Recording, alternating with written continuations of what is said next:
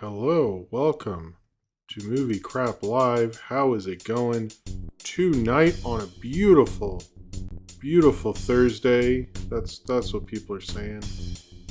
Just me and Buster right here. That's who's saying it. But welcome to a beautiful Thursday. This Thursday, am I live? Oh, YouTube froze immediately. Oh, thank you, Cornbread, for that live. Oh, there, music's playing. I'm gonna hit post. Hit post and we're gonna do the fucking show.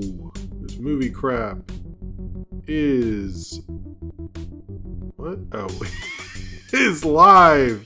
How is it going today? Missed you guys. It's been it's been a minute.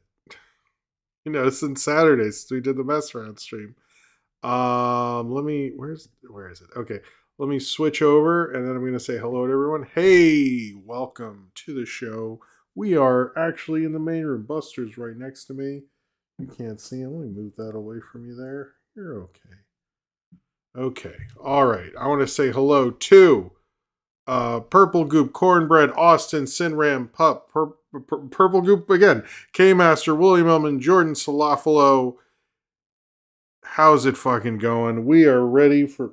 Hey, Buster. Oh, you just did that. You okay? You fell asleep when we could have hung out. And I tried to wake you up, and you don't want to wake up. Hello, Super Dusky. All right, so tonight we are going to talk about a bunch of stuff. I've been doing okay. Just kind of been by myself. Family's coming back shortly. Not during the show, but soon. But I did actually... sorry, I wrote down to make sure I don't forget things. I did actually, on Easter, I used it. I woke up and I watched John Dielman, which, I don't know when that review will come out. There seems to be like a lot of stuff right now. I just was like, the only time I'm ever going to get to see John Dielman is, now when like no one's here, and it is very long. And I don't think I could have like worked a shift and then come home and watched Sean Dielman and like stayed awake. It's just not, But I did see it and I felt really good. Finally scratched that off the list. That was a big like I haven't watched this one film wise. Buster, you're really just walking on my phone. Okay, we'll do a Buster cam later. My phone was a little low on charge. Oh, hello, Will Galaxy beat the beloved Mall Cop 1 and 2. Well, let me reveal, first off, thank you very much for the super chat there. Let me, okay, sorry. Moving things over. I have, I don't know if we've had this one. What do you think, Buster? You're very clingy right now. I'm a little confused why right now, but I got, Rain Total Body Fuel. I don't know what this is, but you had to be 18 to drink it. So you know that shit's probably good. But hello, Bloxy. Will Galaxy beat the beloved Mall Cop 1 and 2? I always heard Mall Cop 2 didn't do very well. So I'm going to say it will beat 2, but it'll never beat 1. That's impossible. Cheers to you, Bloxy. Thank you for the first super chat of the night.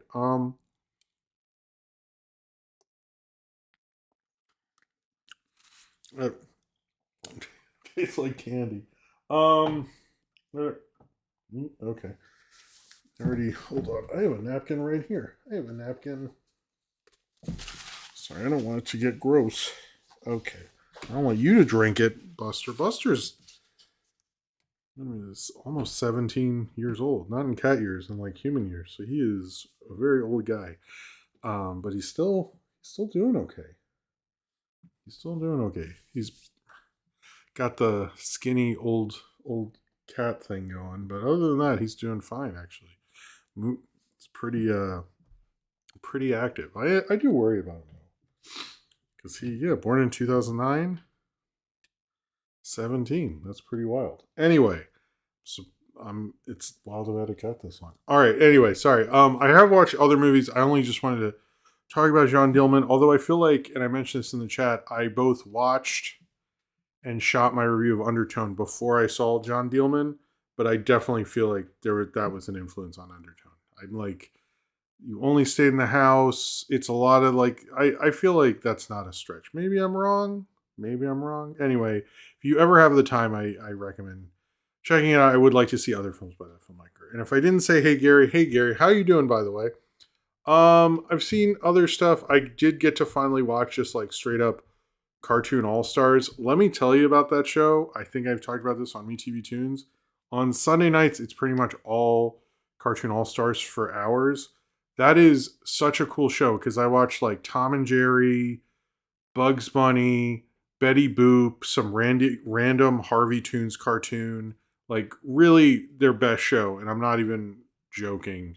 Like just I never know what's going to come up, and I usually end up with like even if I get uh a weird, like a cartoon that's not as good, I'll get like three pretty big ones. My only complaint about Cartoon All Stars, and I probably said it here, and if I ever make a Me TV Tunes review, which I don't think I'm going to get to shoot during this time I've had because I was focused on other projects and stuff, but I should do a review of Me TV Tunes. But every time they do Cartoon All Stars, it plays usually right after Looney Tunes. And the first Cartoon All Stars is always a Looney Tunes, which is bizarre. Like, why? But anyway. Other than that, it's a great show, and I got to watch that for a few hours on Easter, and that was very nice. And all the cats were snuggling with me. It was beautiful. It was beautiful. I know this week has been amazingly stressful for everyone. It is, yes, I would say it's better than Svengoolie. I like Svengoolie a lot, though. I'm very excited for that Wizard of Oz. I'm like very down in the fall. I do like Svengoolie. I'll say that. I love Svengoolie. Though I like the Artemis crew thing. I wish that story got more prominence, but like the idea that the world could be destroyed was on everyone's mind. It was, Jesus, this week sucked. Like, what the fuck was that about? Oh my God. But it's like, I want to hear about the spaceship. I don't want to hear about, like, what a fucking buzzkill. Jesus, that guy. Just a horrible, I mean, he's more than a buzzkill, but it's just like, I want to hear about the spaceship. Like, come on. It's going around the moon. I do think, like, one thing, and not to get, like, this isn't political, I don't think, actually. One thing I like that, like, Zoran, who's the mayor of New York, does, but I think, like, every country should do, is we should have more emphasis on, like, the cool stuff that we do that exists within the lands that you govern. Like, there should be always, like, every time there should be, like, funding for amazing documentary crews to film, like, wildlife that's native to that country, or, like, here's cool stuff going on. Because there is always cool stuff going on. I just never understood why, like, I don't know. When I saw that NBC documentary called The Americas, it was just like, wildlife in America. I was like, why don't you, they're going to make propaganda. Why don't you make, like, good propaganda where you're like, hey, there's a cool park over here. And they enjoy more of your thing. Not just like, we like you because you can't question anything. I just don't. Anyway, whatever. I'm just like, I was thinking about that. I was like, it'd be nice if, like, I don't know. And I didn't look up the Wright brothers. Supposedly part of the Wright brothers plane is on the Artemis 2, which I think is really cool. I don't know. At first I was cynical about the Artemis because I'm like, yeah, but like I'm waiting for the one where they go to the moon. Because there's never been a flight that's gone to the moon within my lifetime. I think the last time was the 70s. So like I don't think, I don't know if anyone here remembers the last time I went to the moon. So I'm like, I'm very excited for that. That's going to be huge next year. But like, anyway, I'm more and more into it the longer we go on.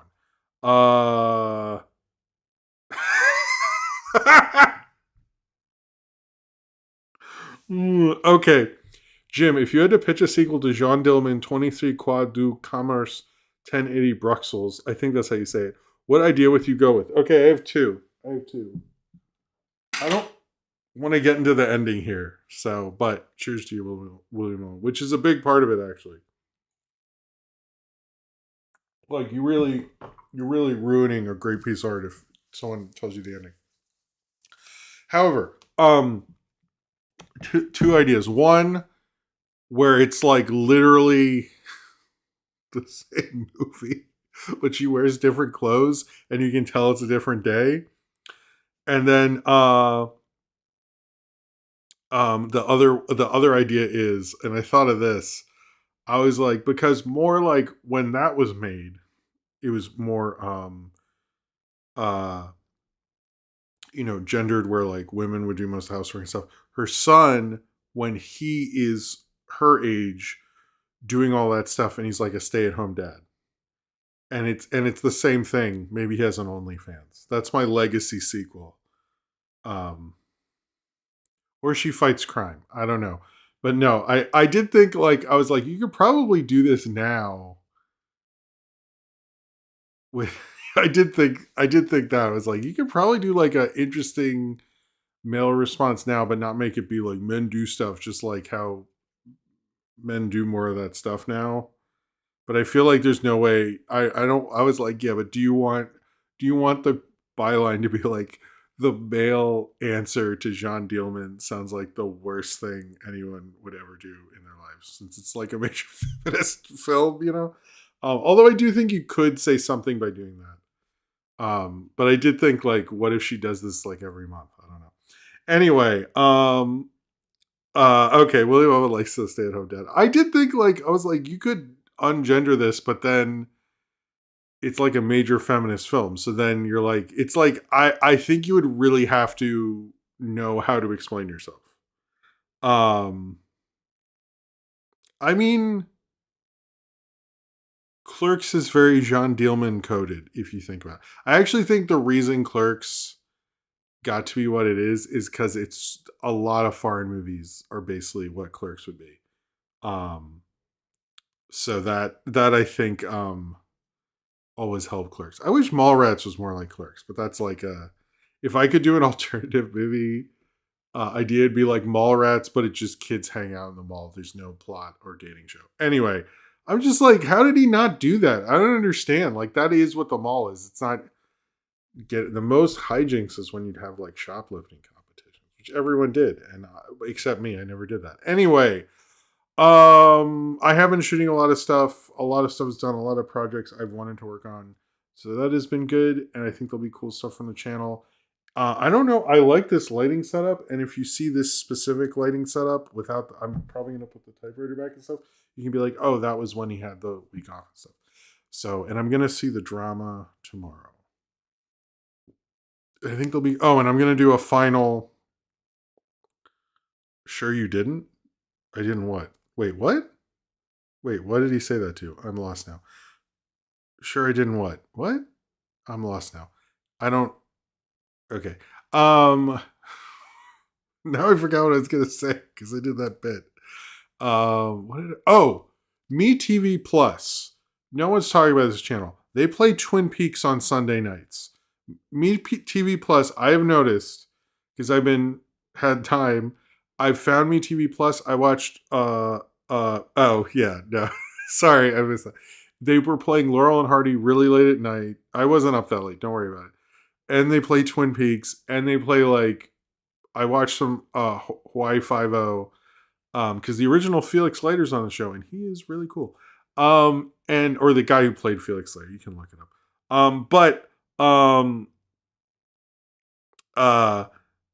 Yeah, Me TV Plus I think is better than Me TV. Not better than Me TV Tunes, but I think it might be better than Me TV. So if you get Me TV Plus, check it out. You can usually find. I watched this one about this lady who was a teacher. I was gonna tell you guys about that show, and now I like can't remember it. And it was like a decent sitcom. I like good sitcoms. You can get it. There's not a lot of good ones. There's a lot of bad ones. And I really cannot watch that 70s show anymore. I used to love that show. I don't feel like I need to explain that. But yeah, I can't watch it anymore. Anyway, in the past week before we do the things, got to be on Animax Crazy Cartoon Cast.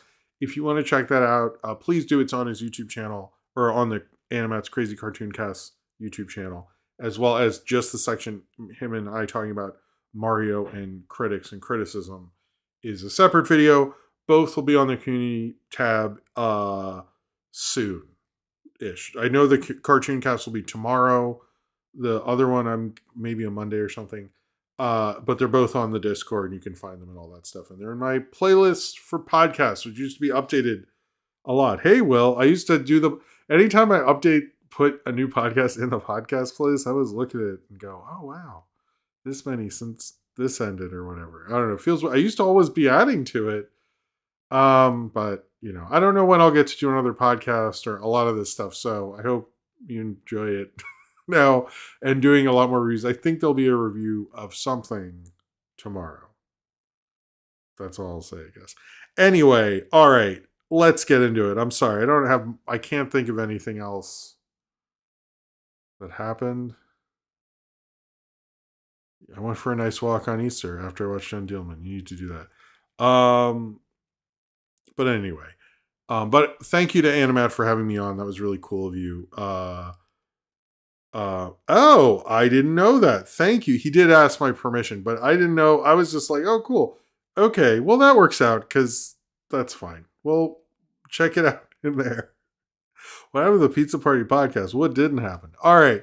Hello, Pinata Time Extras and Evil Ghost Ninja. And I think that's everyone. Well, I think I already said hey, but if not, hey. All right. And I watched a bunch of your TikToks. And I've been posting more on TikTok. I'm sort of filling in the gaps there again. So there we go. So, here we go. And then we'll do the thing. So the Shrugbirds are doing Dark City tonight. Someone tell Gary. They're a Twitch channel who watches interesting movies on Tuesdays and Thursdays. Wait, do you have to watch it with them? I'm lost on that. Why? Anyway, I'm a little confused on the logistics of that, but that's cool that they do. I don't know, like the movie. You don't have to. I don't want to hear them talk unless they brought Ebert back or something. Cheers to you, Austin. Thank you very much. Shrugbuds? I like Shrugbirds more. Their name is Shrugbirds now. Shrugbuds. Just like, but Shrugbirds, they could fly if they want to, but they won't because they don't have friends of mine, I guess. Anyway, all right, so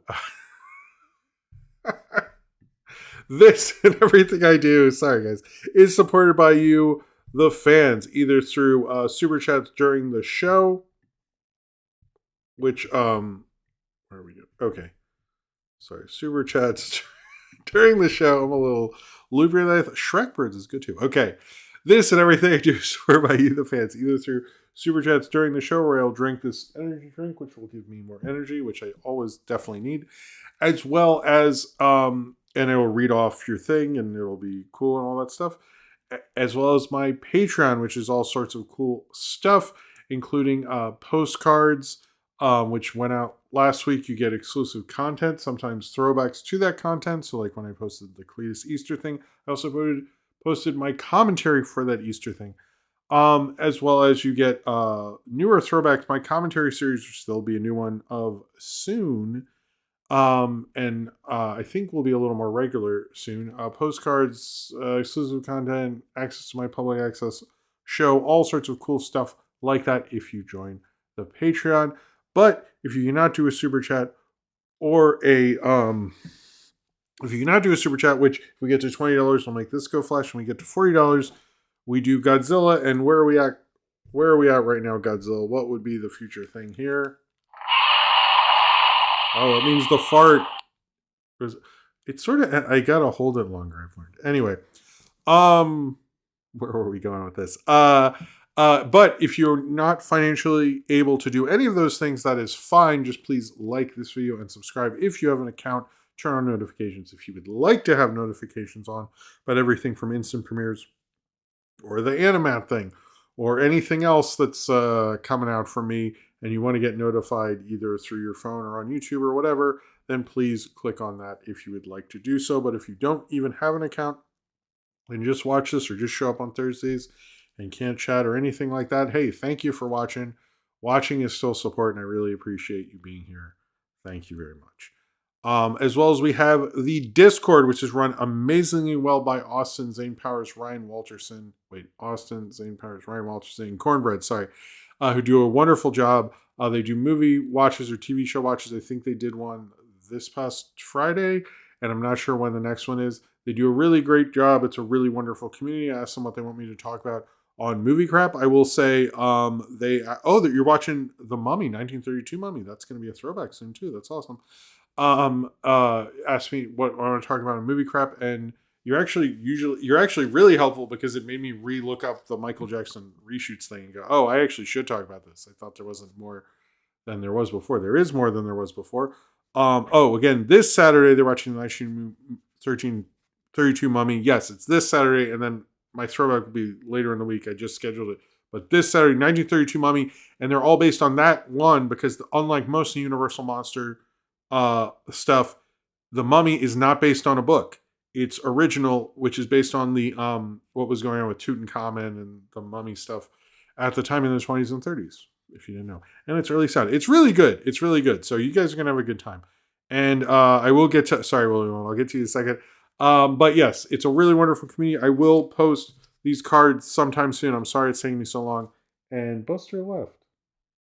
Where'd he go? Anyway, yes, if you like it, chatting here. Sorry, I'm whatever.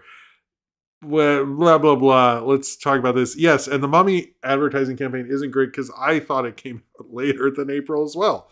All right. William Ellman, I just saw Daniel Farber's Faces of Death sequel. I didn't love it, but I am a sucker for the meta horror sequel, i.e. Wes Craven's New Nightmare and The Town That Dreaded Sundown. I agree with you. I think the first Scream did that well. Wes Craven was really into a thing. I actually think what's the John Carpenter one? With Sam Neill. Shit. Whatever that one is, I think that's Carpenter's take on that, but Carpenter being Carpenter is like, well, what if Stephen King really did destroy the world? Which I think is funny. That's a very John Carpenter way to look at things. Anyway, cheers to you, William Ellman. I think there are other ones, but I know Scream. I've never seen Final Girls. Mouth of Madness. Thank you guys. In the Mouth of Madness. Cheers to you, William Ellman. And I think that brings us to 20. I will do a check. And we'll just have it on for the first thing, if that is correct. It is correct. Thank you guys very much. You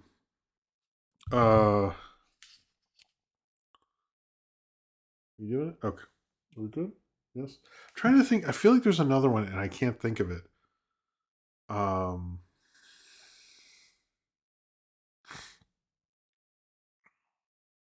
Anyway. Yes, I feel like there's another one I can't think of it right now. Oh well. But yeah, no, meta horror is an interesting avenue to go down. I'm trying to think, there's probably something and I can't think of it and I should move on. All right. So today we finally got our first look and first real information for Brad Bird's Ray Gunn, which will come out like later this year, most likely. The film, we sort of knew some of this, but this is to kind of summarize just so we're all on the same page. The film follows a private investigator who's called Ray Gunn. He's like the last, it's in Metropia, a gigantic city in an alternate future as seen from 1939, Private Eye Raymond Gunn. And the gun is actually with two N's. I had to change the title, the title when I was like, oh, there are two N's because it's a name. His voiced by Sam Rockwell, is drawn into a case involving aliens, murder, and a multimedia star named Venus Nova, who's going to be Scarlett Johansson. In the visualizing Metropia, Brad Bird tapped into an Art Deco inspired pre-World War II vision of the future, optimistic and upward reaching. He said, what if cities kept getting taller and taller and more streamlined and cars could fly and people had jetpacks as an alternate form of getting about? This sounds very cool. Also, Tom Waits plays his sidekick, to my understanding, right? Which I didn't notice in the original piece. And then I think Will mentioned that on Twitter or something. I forget. If it wasn't Will, I apologize, but I think it was. It sounds... Cabin in the Woods is meta. That's probably what I was thinking of. Thank you, Empathy. It sounds really cool. My one concern is...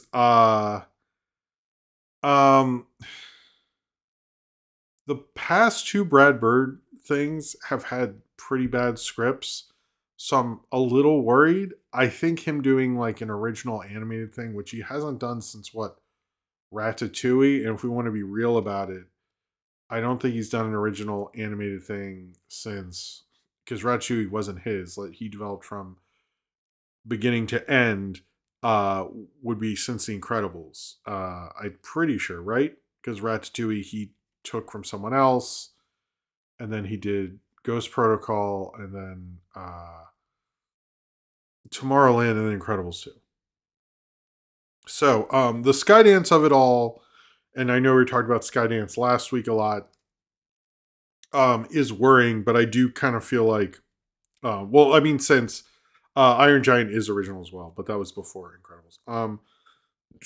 I do think he could do it, and since this means a lot to him, I am a little worried about him having free reign because the last two times he did, those movies sucked. And it's not even just that Tomorrowland morally is a fucking mess.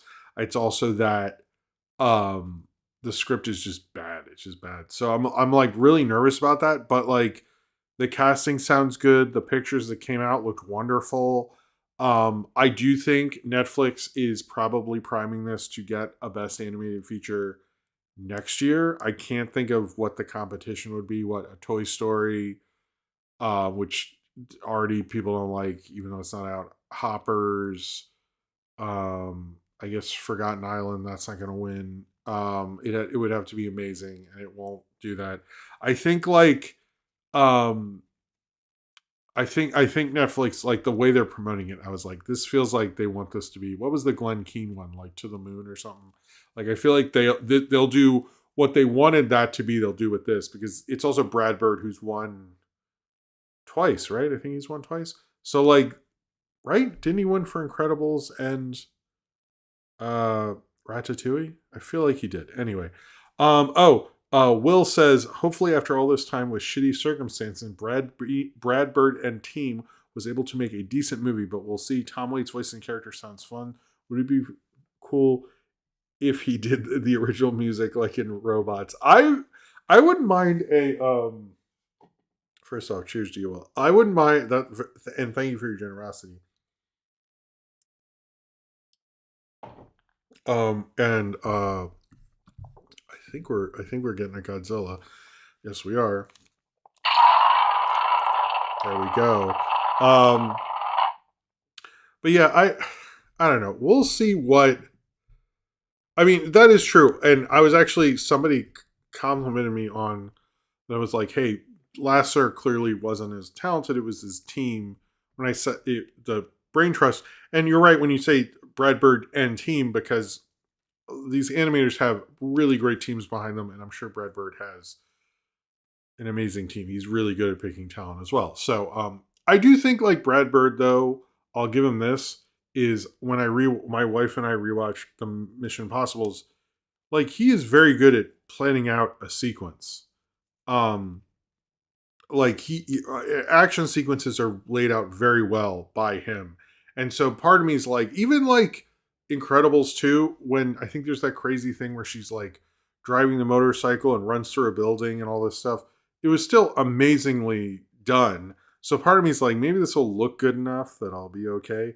But I would like him to get back to his former glory, because he, everything he did on The Simpsons, Family Dog, like he did a King of the Hill, like he's such a major part of 90s and 2000s animation. I would very much like him to come back. So I hope he's able to do this. I mean, didn't he want to do, is it the Spectre? The Spirit. He had a Spirit pitch.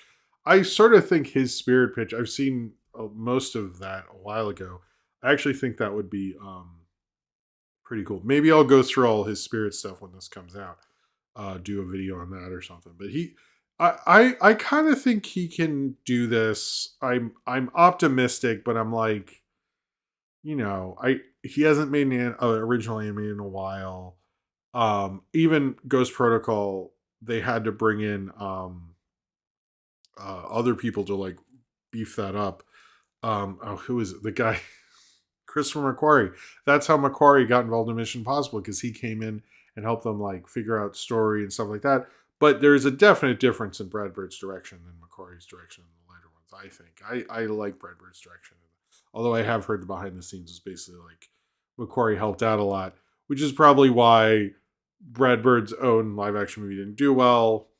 Although it's kind of funny, like he almost did Star Wars is based on it, so maybe there's definitely some there. All right, this broke kind of after I announced the show, but the duo who directed Final Destination Bloodlines, Zach Lovinsky and Adam B. Stein, have signed a first look deal with Sony and will direct the Metal Gear Solid movie.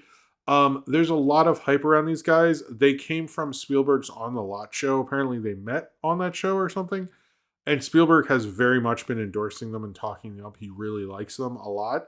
And that has very much helped them. If you keep hearing their names, it's because it's seriously because of him. He's really been pushing them and talking them up, which is nice of him because oh, hey, we're getting all the cats like Pebbles is here. Hey, Pebbles. Which is interesting, but we'll see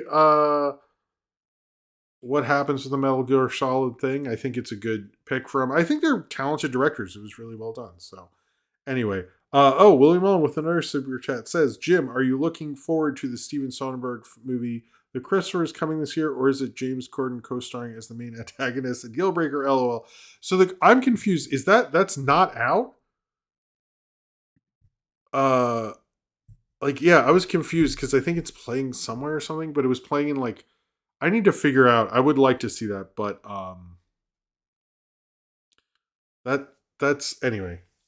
No, James Corden. I'll say this: I like Gavin and Stacey a lot, and cheers to you.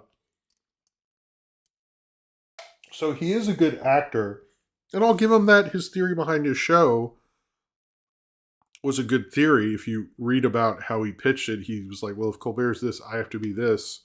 And he was very smart about it. It's just he became obnoxious, and he did too many. He does too much dumb shit, and he acts like an asshole. That's the problem with him, honestly. But as just an actor, other than like fucking cats, I'm fine with him. You know. Yeah, I don't know when the Chris. I'm very lost on like because I couldn't find it on many apps, and it was playing at theaters that were very expensive, and I'd like to see it because I love well, we'll get into Soderbergh later. But anyway, they're doing the Metal Gear Solid thing. It sounds like Sony has very much signed them up for a bunch of stuff, which is a smart move. I'm surprised it hasn't happened yet, but I think they would be good at that. They're very good at like kind of making a very poppy, big audience kind of movie. So we'll see. All right. I'm going to talk about this one, and then I'll explain what happened with the Colbert replacement. Dune 3, the 70 millimeter IMAX tickets went on sale this past week, which to me is like a major like, fuck you, I'm not moving. I'm not going anywhere. I'm staying. A lot of people are like, they could still move it and go, that sounds obnoxious for IMAX. IMAX would not do that. I feel like they were like, look, can we put these on sale? They like to show off, and they did, and they all sold out. And to me, that means this. I don't know what happened to the Vaught Roberts guy. I agree he should have stayed on. So, all right. There are a bunch of Jim Explains industry stuff. I'm going to let these flash for a little bit longer. Maybe I'll turn it off now because, well, we got past these things real quick. I'll let it flash until the thing after this. So this is, I explain what the deal is with Comics Unleashed because it's not just this show takes over Colbert thing. It's actually a little more interesting. I want to explain this. So, Comics Unleashed, which previously was on at like 1:30, has been slowly moving up the slot, the CBS slot, or 1 o'clock or something. It's been slowly moving up the CBS late night slot as shows get canceled. But the interesting thing is this is not a show that's made by CBS. This is a show that's syndicated by, I think he's a billionaire, Byron Allen. Byron Allen used to be a comedian. He's been in Hollywood industry for a very long fucking time. And he's now a big millionaire, a billionaire media tycoon. He's one of the better ones, but most of what he does is he makes shit really, really fucking cheap and makes a lot of it, and he's very good at doing that. I actually think if you got him behind something that was like pretty good quality and could be made with cheap, that could work out. I've yet to see him do that, but he does. But that's been the theory from a lot of people. I've heard that before, but he hasn't done that. So basically, what's happening is he's moving his show called Comics Unleashed. Is taking up 11:30 on May 22nd, and then another show called Funny You Should Ask is coming at 12:35. But here's the thing: CBS didn't order this show. He bought the airtime. Yeah, he bought the airtime. He literally bought the time slot at 11:35 and then bought the next time slot at 12:35. And his group called the Allen Group is selling the available ad spots in those 2 hours. So he is paying for the slot, paying for the show, and getting the ads, basically AdSense. It's not YouTube. So, and everyone's like, well, CBS will now turn a profit on late night. But CBS is just getting what Byron Allen's giving them for the 2 hours. I don't know how much ads they're getting, but they're selling the ad slots. So they're actually potentially making less, but they're basically not spending anything, to my understanding. They're getting money, and that's it. There's no overhead. Now everyone's saying like, oh well, they're finally making a profit. I'm like, well, they're not spending anything now. I don't understand the only thing they're spending is keeping the network going. I don't understand this whole like, well, now late night's profitable. I mean, yeah, if you don't spend any money and you're making money, that would be profitable. So basically this is a syndicated thing. It's a weird thing. Basically, Byron Allen called him right away and was like, hey, look, I have all these things ready to go. If you push it up, I can make 1 million fucking episodes. I've never seen Comics Unleashed be funny ever. I think if you're going to get the slot you're getting with Comics Unleashed, please up the quality and get some better people on there. But if anyone's like, oh, he's sort of like CBS made the slot change, not really. They just sort of approved somebody buying their shit, and that's basically what happened. We'll see. NBC and Universal seems to be a little more bullish about keeping their things going, much like what happened with the syndicated NBC. Sorry if this is boring. NBC Studios with Entertainment Tonight, and how no, that's the opposite actually, because the NBC. Oh, never mind. I fucked that up. But yeah, and CBS has been. I don't know. We'll see. But it's a very bizarre situation. But basically, the former show, The Late Show, that was Letterman and then Colbert, has been taken off by syndicated programming.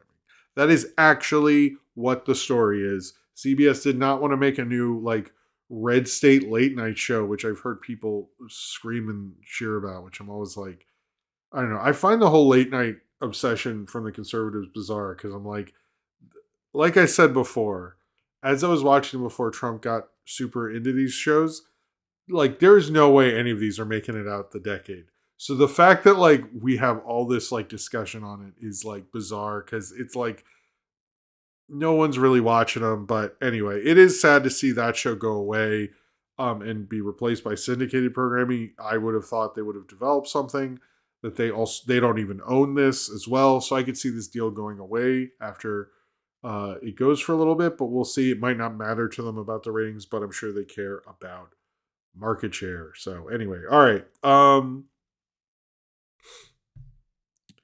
All right. Animorphs. I feel like that. So Animorphs, also a thing that I think we should talk about in a little more detail. And I think I have a detail you hadn't thought about. Yeah. Okay. We're going to go back to green. So we get. Oh, you didn't do it. Okay. I got to do it right here. Yeah. Okay. But I think we're close to the next one. But if we do, I'll put it back to the flashy. What was I going to say? Okay, Animorphs. So here's what we know about the Animorphs. Whatever it is. Animorphs is going to be executive produced by Ryan Coogler and his wife, as well as Sev Ullman, Lowell Kachis, and Caitlin Friedman. I think Caitlin Friedman, is she created or something? Anyway, Brian Wolcott, who wrote Testaments and Class of '09, is set to write for the streaming project. Supposedly, it's going to be this cool Animorphs thing for Disney Plus that Ryan Coogler and his company is working on. However, I guess it's Applegate. Is she the person who wrote? Damn it! One of the people involved in this. Who wrote Animorphs? I think it's Applegate. Animorphs. I didn't read no Animorphs, so I don't know. Oh yeah, it is okay. So the written by Catherine Applegate, and she wrote something interesting that she was concerned because the show is under resources, but one of the producers, Sev Horan, is a friend as well as a genuine Animorph fan. If anyone can make it work, he can.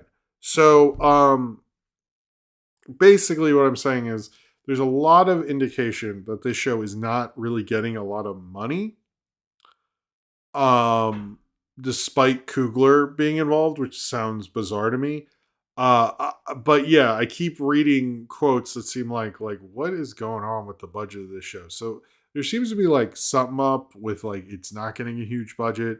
To me, like, does it? I mean, I think it's fairly recognizable. I don't know like how under budget this show is, but that is like a part that I kept seeing mentioned. I was a little surprised because Disney's so bullish on Kugler. You think they wouldn't do that? Also, I think if you put in, spent what you spent on the Percy Jackson show on the Animorphs show, I think it would work out. I think the Percy Jackson show worked out for him. So I don't know. To me, it's like half-assing it is a dumb idea. I don't know what they fully mean by that, but there are several times I noticed in press releases about this that people would mention how this thing is not not going to have the biggest budget or anything, which I think is like kind of confusing since it got so much press and stuff like that. So I'm a little lost on what the exact deal is. This is going to be like, wasn't there already a show or something? But we'll see. But that's just like a red flag for me. I was like kind of surprised. All right, this is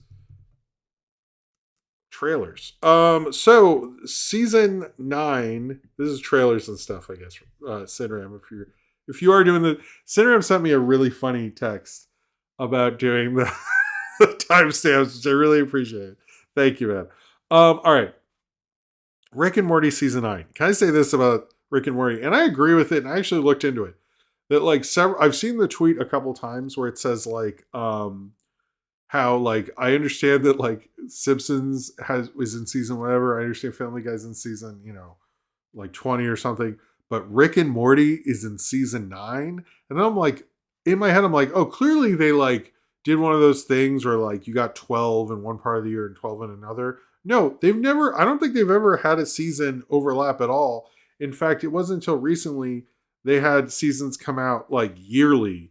It's just like, I think we all can't imagine it going on this long. It's also like, I do think that is a show that I call like was very big in the before times before COVID and did not make it out. I think people were like, yeah, I'm done with Rick and Morty. I still see people wearing the merch a lot. And I do think it's still around. I do not know what its ratings are, but I never hear it referenced. Like nobody says like I'm smart, I watch Rick and Morty anymore at least.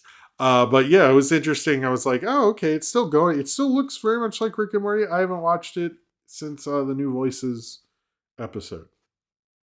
So, but it is weird when you're like, wow, we're in season 9. Okay. I do remember Gem and the Holograms, Alex. Thank you. I guess. I don't know if I love to remember it, but yeah, I don't know. It's just weird. Like the trailer just continues like it's just funny, like thinking about, oh, it's in season 9. And I just looked at the part of the episode guide where it tells you the years, and I was like, wow, they didn't do anything weird or like rush it. It's like a normal show. We just like don't. I feel like we think Rick and Morty died when that kid was doing Pickle Rick thing in the McDonald's or something. Like it feels like that was the peak, and it never really. I don't know. It's just so weird. Like it's just like it's really gone from the pop culture. Anyway, sorry. I mean, I just whatever. There's another Animal Farm trailer. I guess this is the final trailer. Yeah, the gem sequel with Kesha's was it Pizzazz or whatever the Misfits are. Kesha's supposed to be in it, so if they do it, just got to do it. The final trailer or the latest trailer for Animal Farm, this looks insanely bad. It looks like you want the Animal Farm to be for kids, but it's not a book for kids. It's also disappointing because like the way Andy Serkis pitched it for so many years sounded so cool, and it came out so shitty. It's like remarkable. I've like was so hyped for this for a long time, and then I saw the trailer and go, oh, I don't even want to see this shit, man. I don't know. Mutiny, which is I gotta say, I love this new trend of Jason Statham is sick of the world, so he's gonna solve it with punches, is awesome. Let's keep doing it. Ever since the Beekeeper, um ever since the Beekeeper, which was like I didn't see Working Man, which I want to see. And now this one is like a similar thing, and he's stopping like human trafficking. Just like I would really just like Jason Statham to like every movie is like a problem facing the world today, and he solves it by doing punchies and stuff. Like that's what we want. That's all we all want. Mutiny to be that. Or Mutiny is the new movie. It looks cool. It looks cool. Next we have Punisher: One Last Kill. This is the I guess it's leading into the Spider-Man thing. I actually gotta say, I think this is a really good use of Disney Plus going into a Marvel movie, because it's like, okay, it's in May. That gives you 2 months to watch it. It's you know, it looked fine. I'm not up on the Daredevil or anything like that. But I'm really down for the idea of this at least. I guess I'll watch it because it's one special, I think. But it looked good. And then finally, we got a new trailer for Mortal Kombat 2, which seems weird since I've been watching trailers for this since Final Destination Bloodline. I remember seeing it before that, and it's finally coming out this May. Yay! But yeah, it's I do feel a little burned out by this. I will review more. I think it's Mortal Kombat Annihilation, the second of the original Mortal Kombat movies to go along with it. So that'll be fun. But I like the Johnny Cage bits, and that'll be cool. All right, now we're going to talk about Michael Jackson.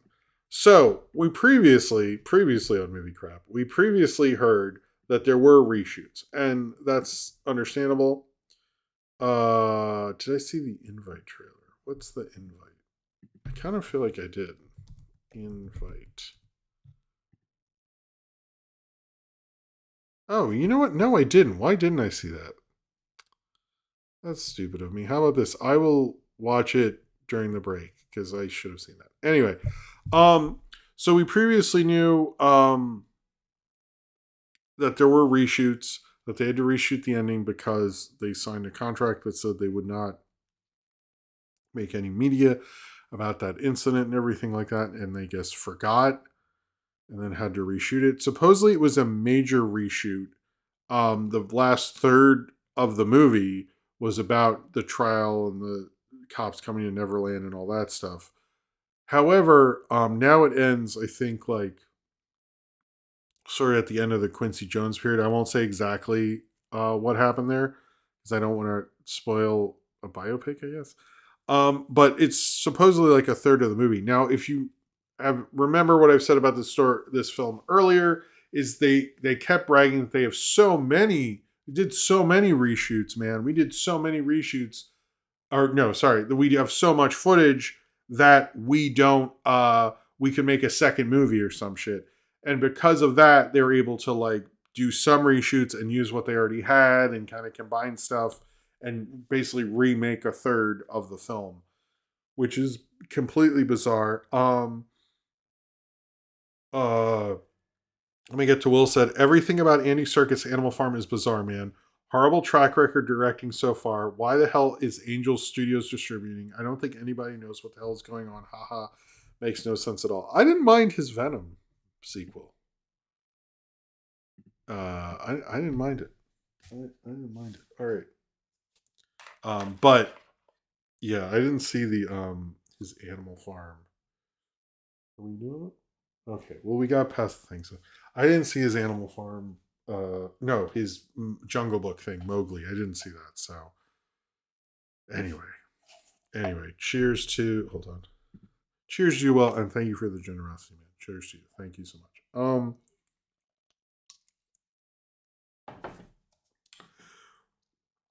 Where were we? But yeah, this was originally supposed to come out last April. It did seem like the industry was very much like it'll come out October and was really bracing for it, and it really fucked up October. I honestly still blame this movie for that. There's there's sort of like the tracking on it's really weird. I noticed like some of the people who are tracking will get really like weird about it and be like there shouldn't be a biopic and all this stuff. I don't really, to me it's like I understand where you're coming from, but like I don't think there should be a biopic. I think it's a bad idea. Um, but I think it's gonna do really well. All these people are saying like, no, his legacy isn't what it is. People really like Michael Jackson. He's a major pop culture figure. That's why I'm reviewing him again tonight with Beat It and stuff. But it's to me it's like very um short sighted to think like the public at large is not going to check this out. I do think it's going to do well. I don't know if it'll make a billion like they used to say. I notice they're not saying that as much now. Also, apparently, Janet Jackson isn't in it. Almost everyone has made the joke she should show up as a post-credit scene. I want her to show up, and she's like, you just see her feet, like her heels, and then you just hear control, and then like some of the drums, and then just like cuts, and it says Janet will return in Michael 2, the 9, all the Michael stuff you like less. Um uh okay. Anyway, this movie sounds like a mess. It sounds like it's always been a mess.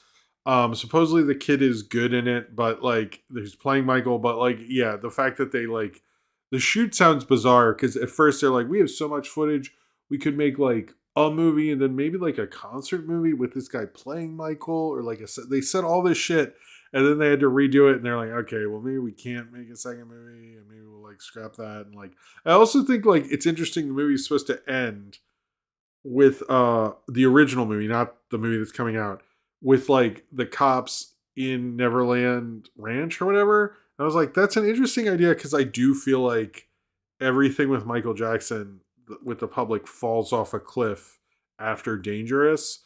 So like that's really like let's just do um you know Dangerous like the Teddy Riley produced album, like let's do everything up to there. But I'm like, I don't think Dangerous is very good. So like, let's just cap it at the Quincy Jones stuff. I'm like, that's fine. I don't really want to hear black or white. Remember the Time's fine, but black or white's like a little cringy.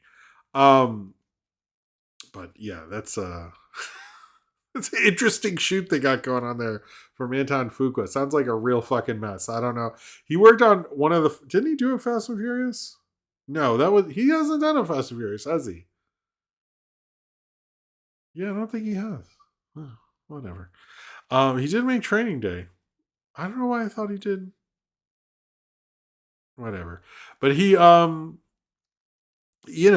see what happens with this. I think it'll be interesting when it comes out. I do think like I've seen movie type people on Instagram and Twitter talking about like how it's gonna bomb and how they keep reminding people and like I don't know. The one interesting thing is yeah, I think I am thinking of F. Gary Gray syndrome. You're probably right. Um I talked to someone about the Michael Jackson child molestation stuff, and I didn't know because I think I said on a pizza party, oh, the kid recanted it, which is true, but then they like they recanted, which is confusing.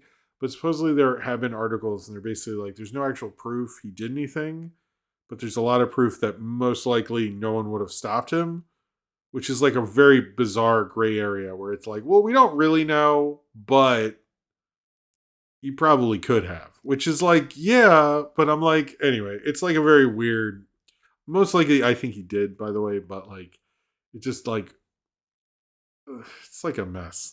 Michael Jackson's a real fucking mess, even though he made great music, but I still like the Quincy Jones stuff. I don't know, but my view on it is, uh,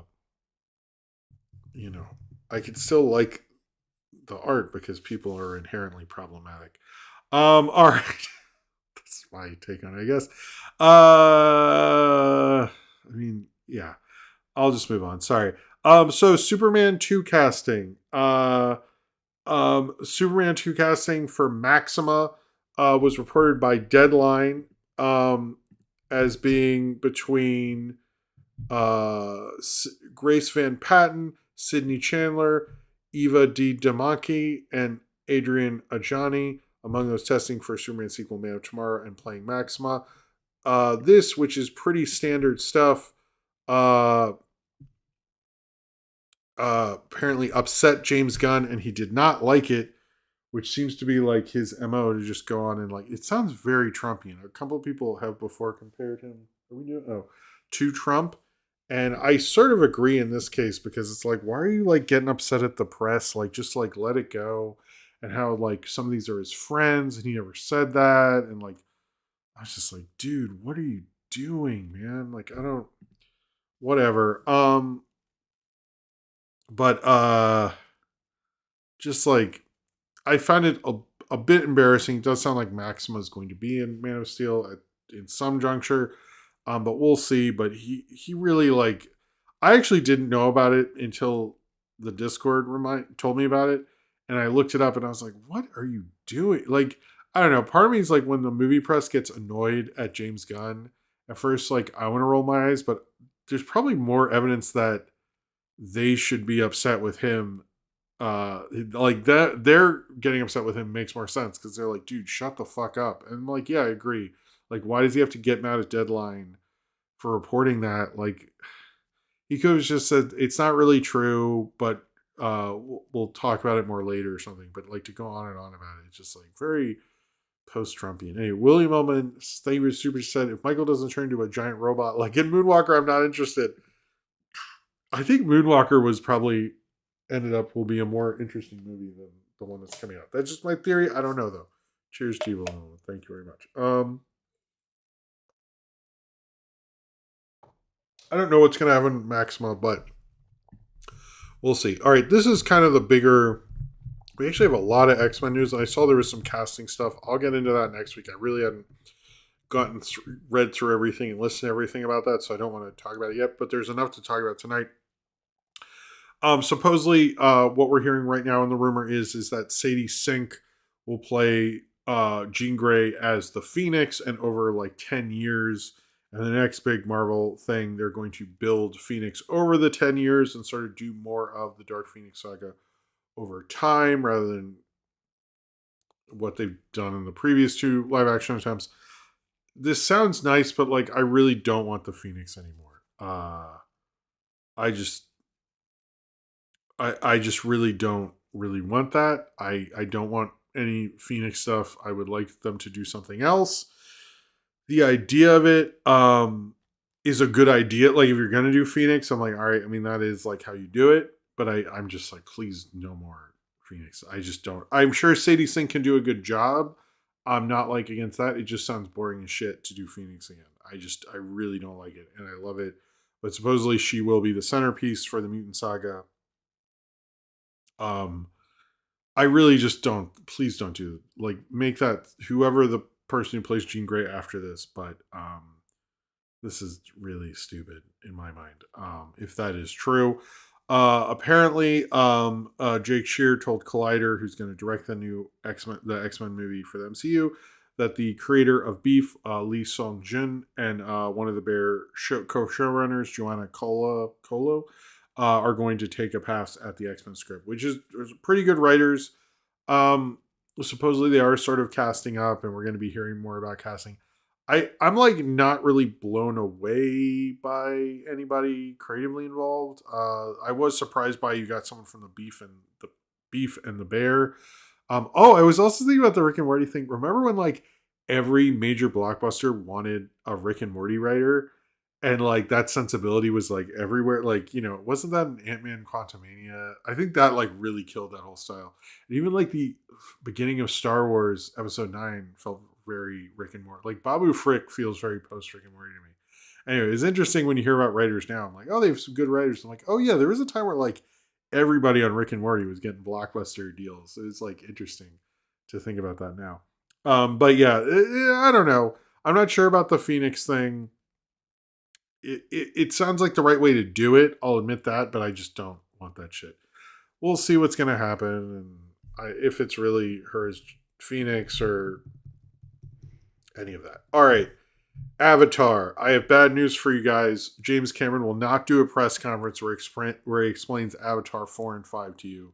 That has been canceled because Disney is planning on making Avatar 4 and 5. They want it to be shorter and cheaper. Supposedly, that's what Disney has said. Everyone in Cameron's camp said they thought it wasn't promoted well enough. It didn't become enough of an event. I'm also like, maybe there's the years difference between 1 and 2, and like nobody thought he could follow up 1 and all this stuff was a better narrative than like, I don't know, here's 3 a bunch of years later. And it's sort of the same thing. So maybe that's on you. I do agree, like, yeah, make them shorter. Get someone else involved, but they're trying to figure out all the deals with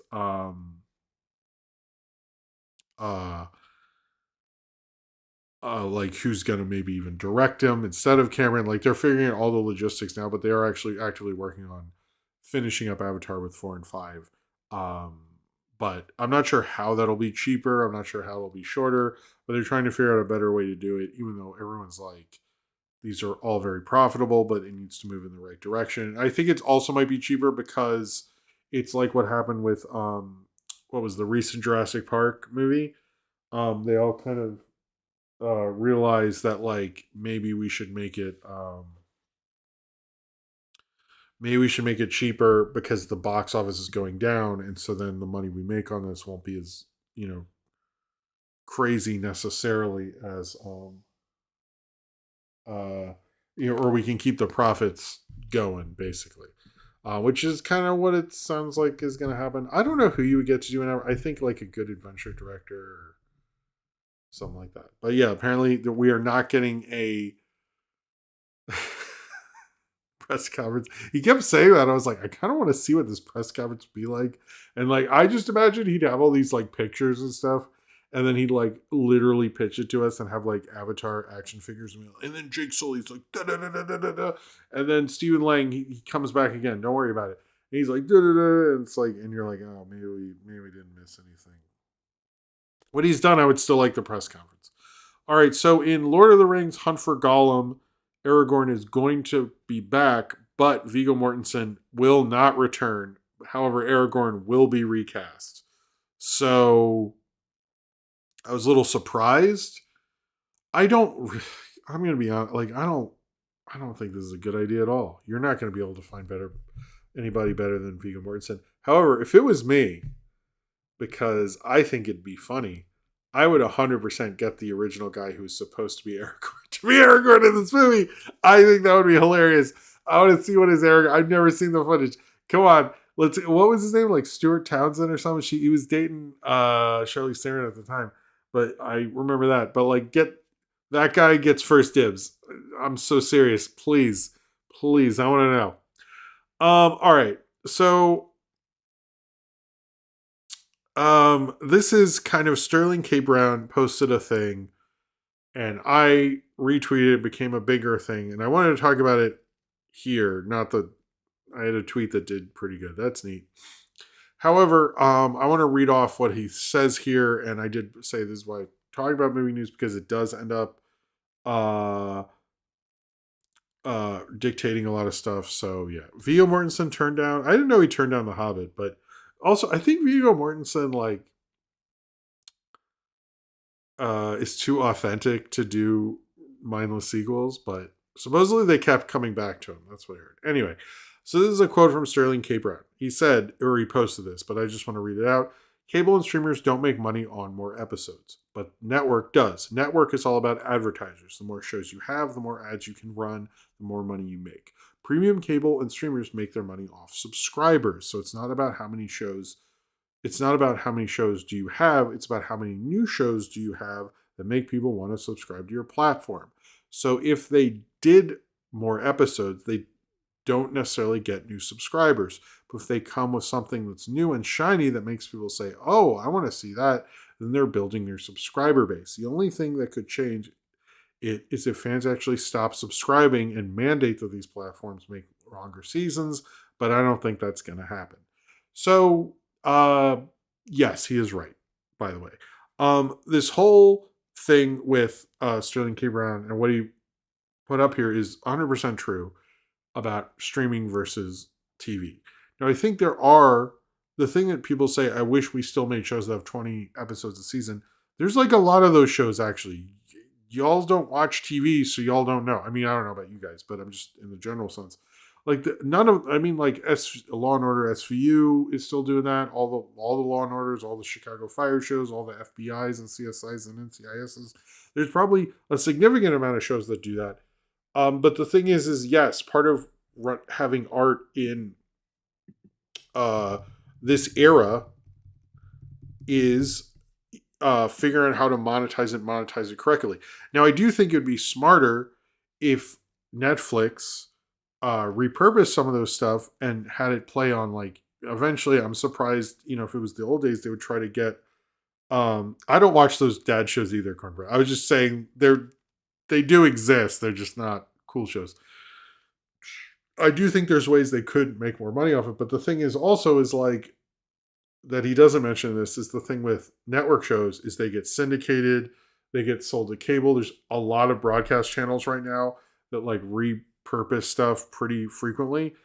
So there are avenues for that. It's just Netflix like stays out of that, as well as Paramount Plus, as well as HBO Max.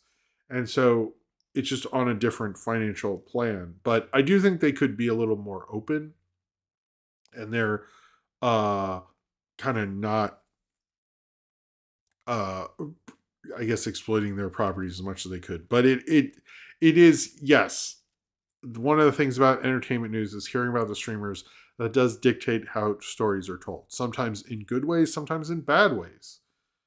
But I thought it was, up there with Anthony Mackie's whole thing, there are no movie stars and stuff like that. It's interesting that black actors are often the ones to tell the truth about the industry, because those are two quotes that I see. I saw a lot of the Sterling K. Brown thing, and I've seen a lot of the Anthony Mackie thing, and they're always very honest dudes. But anyway, I thought that was a good point. Nothing he said was untrue in there to my mind. So now we're going to talk about kind of how Gen Z is cool, basically. People have told me I should not talk about how cool Gen Z is because I'm old and that it's not as cool, but I'm not saying it to like get points with the Gen Z. I'm just saying it because I think it's cool. And I think Gen Z is cool, actually. And it's fun seeing anime. Whenever I see anime, everyone's, I guess, Gen Z, I don't know.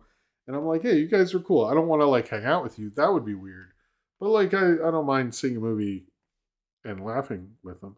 Anyway, apparently, of moviegoers, 87% of Gen Zers, as this thing say, and 82% of millennials saw at least one movie theatrically in the past 12 months, compared with 70% of Gen Xers and 58% of baby boomers. Gen X and millennials also returned more frequently, with each demo averaging about 7 visits per year. That's really good, actually.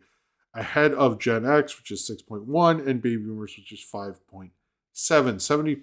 76% of, also this is another, so basically what we're finding is, and to this Variety article, and Will, you are cool,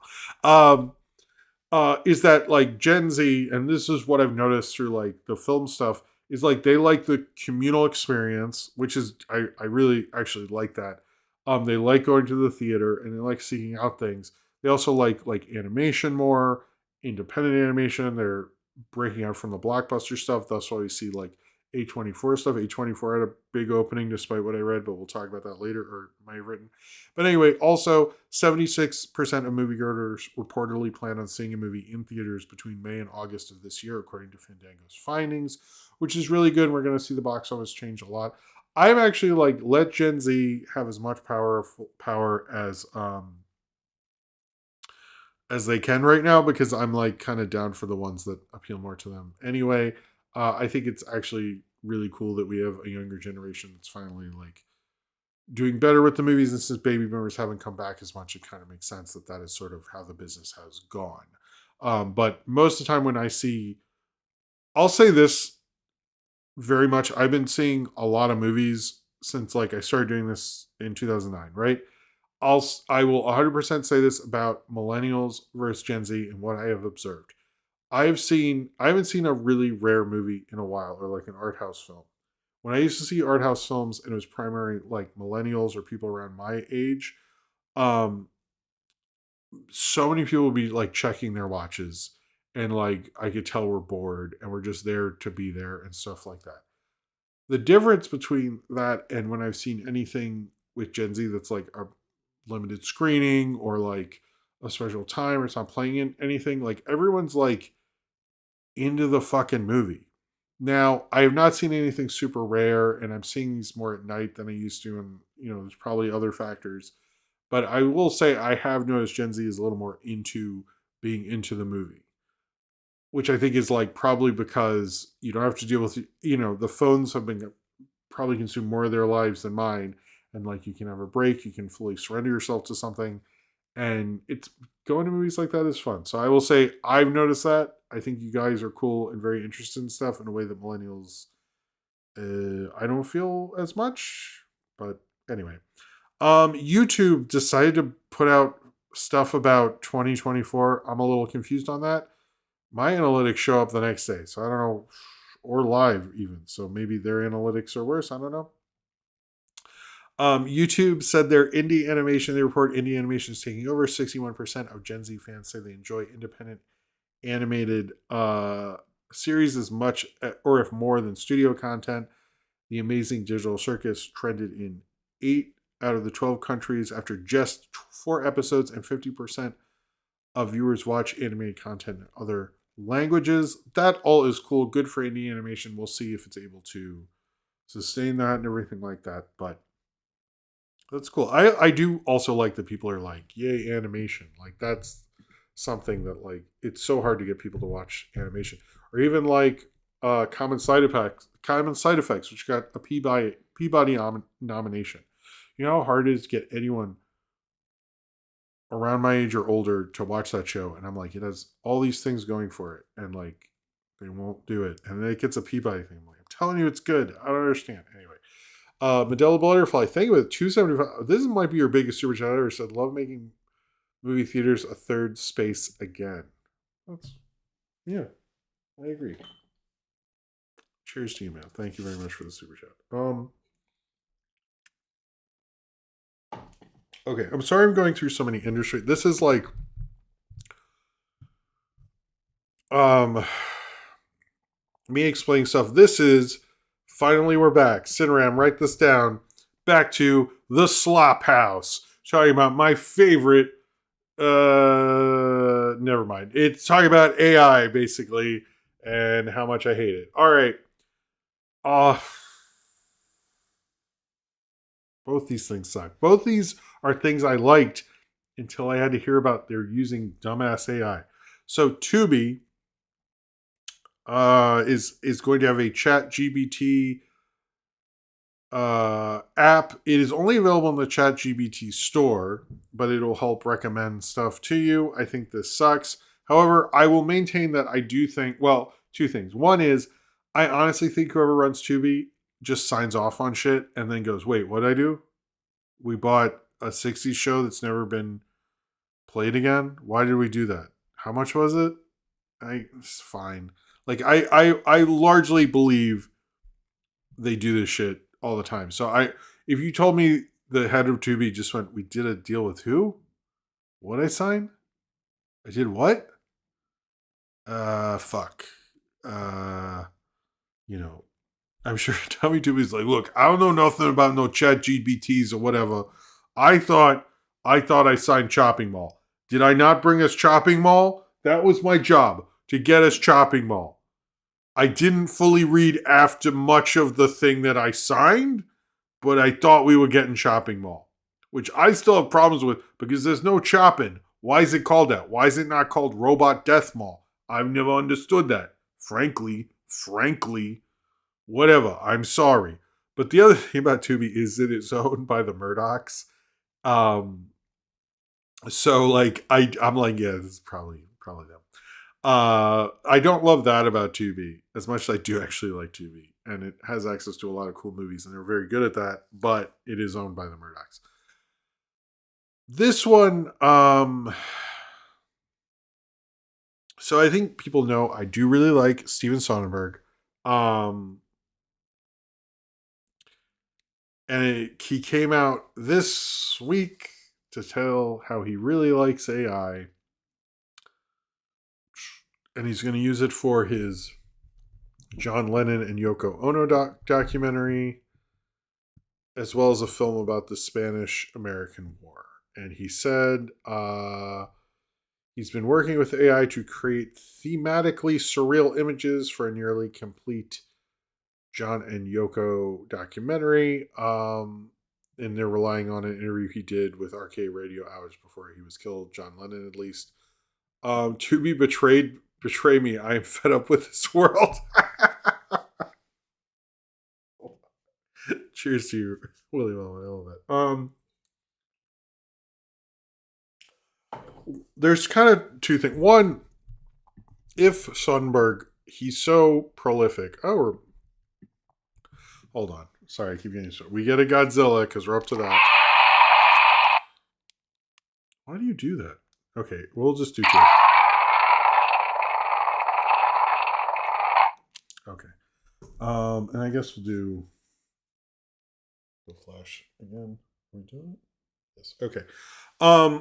Two things with this. One is this is extremely disappointing. I get that he plays around and messes with stuff, and that's his whole thing. And like, you know, he might just be messing around and then he'll get off this. Like he naturally, honestly, goes through genres and ideas pretty frequently. But like, first off, I agree. I forget if it was Mblood T who responded to me on social media about how like why do all these auteurs want to make war movies with AI. I do think that's because so many of them grew up in that time where like a war epic is your big auteur statement. I don't think that's true anymore, but they're still holding on to it and probably like have that bug like, oh, I can make my war epic and this is how you can do it. Soderbergh, I don't know why you'd want to do that. The John and Yoko thing pisses me off because you should definitely have animators do that. Like Yoko is a really interesting, unique artist. I know like there's all these people who go like, oh, Yoko is misunderstood and all that stuff. I understand that, but like I have seen some of her art and experienced some of her art, not like while she was there or anything. And it, like she is an actual artist. She was an artist before John Lennon. And I'm sure she would like different animation styles that are surreal and different. Also, I bring this up quite frequently and people forget. Yellow Submarine was a huge part of making animation for adults in the 70s. Without Yellow Submarine, Fritz the Cat would have not happened. Without Fritz the Cat happening, we would not have so much animation in the 70s. You would not have the heavy metal movie. There's so many things in the 70s that Ralph Bakshi's whole fucking career without the Yellow Submarine. So the fact that you're not smart enough, and I know, by the way, Soderbergh is smart enough because, hello, Javier Portello, because he has talked about how he loves the color and the cinematography in the Help movie, which is not really that great of a movie. I haven't seen it in a long time. It's not Magical Mystery Tour bad, but whatever. Point being is he should know that that film was a major change in animation and film history, showing that grown-ups and not just kids would attend a feature film of the Beatles in Yellow Submarine, and yet we never talk about that shit. And so I'm kind of shocked that he's not smart enough to go, I could have this animator do this, and I could like there's so many like short animators who like even did films this year who could clearly do stuff with John Lennon and Yoko Ono. But the problem is he wants to have total control. I know he likes to do everything himself, and that's like fine. I find that to be really interesting and inspiring, but I just do not think him using AI in that way falls in the same category, and he should be smarter about it than this. I just find it to be really disappointing. It makes me really sad. I have looked up to this guy since I was in film school. I always liked his thing of like, I'm going to make one for me and one for the studio. I don't love every single movie he has, and I've seen people already going like, maybe we should throw this guy out. But like, do weird, odd, surreal animation for the John and Yoko documentary. That sounds like such a smart idea. And yet like that, like, what was it, the mini documentary thing? Didn't it win an Oscar or an animated? I forget which one it was. That like the animation wasn't good enough. Like get something really interesting. And I think you're a smarter filmmaker than that. It's just, I don't know. This was really very fucking disappointing. And I hope He doesn't do that. I want to see the Christophers. I want to put out reviews of some of his older stuff even. He's a filmmaker who I very much like. I think Sidram will back me up on Steven Soderbergh. He's a great filmmaker. But like, holy shit. Like, what the like, I think he made one of the best films of last year. Also, like, it just, this really stinks that like he thought this was at all acceptable. Just disappointing. Really disappointing. And like, I don't know. I don't know. I don't get like any. I don't get these filmmakers who want to do it because I've never seen anything amazing. Like Aronofsky failed. I don't think Soderbergh it would work as well. Like, and a lot of his films work because of the personalities in it, and you can't do that with AI. Just disappointing. Fucking pointing. I'm just. I don't know. Really disappointing. Modelo Butterfly. Oh wow, 2 super chats. I feel very honored, Modelo Butterfly. Cheers to you. I'm sorry to go off on that, but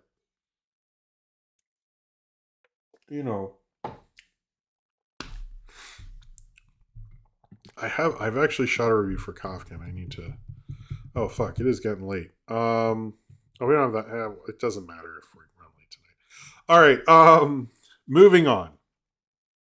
Moving on. I'm sorry. We actually have a couple things and then box office and then an obit, which is might take a minute. All right. So, what is the Filmmaker Council and what the whole deal is with that? And I want to explain it a little because I noticed again this was another thing that didn't get explained. Uh, um, very well. So the Filmmaker Council is working with Cinema United. The Filmmaker Council, which is run primarily by Emma Thomas, who's Christopher Nolan's wife, and Jerry Bruckheimer, as well with Ryan Coogler, Brad Bird, Jason Reitman, and I'm sure people I forgot. The Cinema United is a lobbying group for cinema owners. The cinema owners have decided they really very much want to get more filmmakers involved to talk about exhibition and what to do with theaters and what to tell the lobbyists to then go to Congress for the cinemas. In a sense, I do not love that these filmmakers are working with a lobbying group. However, I think it's probably necessary for the film industry and movie theaters as they are presently to do something like this. So I don't object. I don't love that they're working with a lobbying group, but if it gets us better experiences in theaters and helps theaters last longer, I'm not against that. I think generally, although they're like reading it's a lobbyist group, that's not great. But I think generally everyone's heart is in the right place, or at least from what I can find. I actually listened to an interview from the chairperson of Cinema United and why they wanted to do this, and they want to do it for a while. And they even brought up that Coogler talking about the cinema formats became a more viral thing, and they realized they need to get these people in. So anyway, it is, I think, a good thing. And I did look into this a lot. I thought I'd have more stuff, but it's mainly like, I mean, overall, this seems like a cool idea. I hope we get something cool from it. It might just be like a press release where these people said they were involved. It's interesting. Brad Bird got on there and Jason Wright. I was surprised by Brad Bird and Jason Reitman, who owns a theater in LA and stuff like that. So I think it could be cool. Okay, 2 things. Sorry if we are running long tonight. I apologize. If anyone wants to do a super chat, I know we've had a bunch of super chats, but if anyone wants to do one before we take a break, now's a good time, I guess.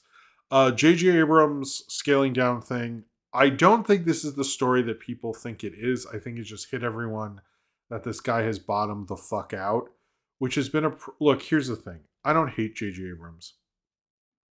I don't really like him that much. I think Force Awakens, I thought he did a good job, but he had an entire major studio behind him making sure it works. So of course that movie was decent.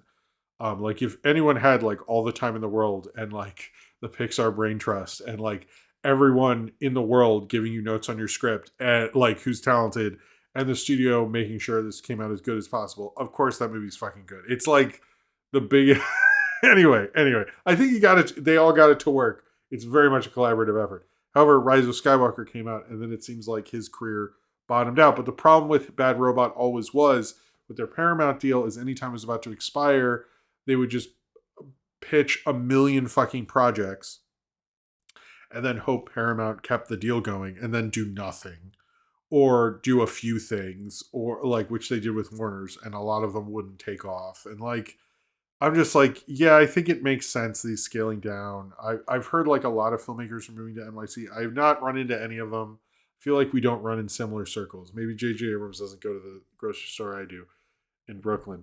But it's not that big of a deal. To me, it's like the Bad Robot shouldn't have had the presence it had.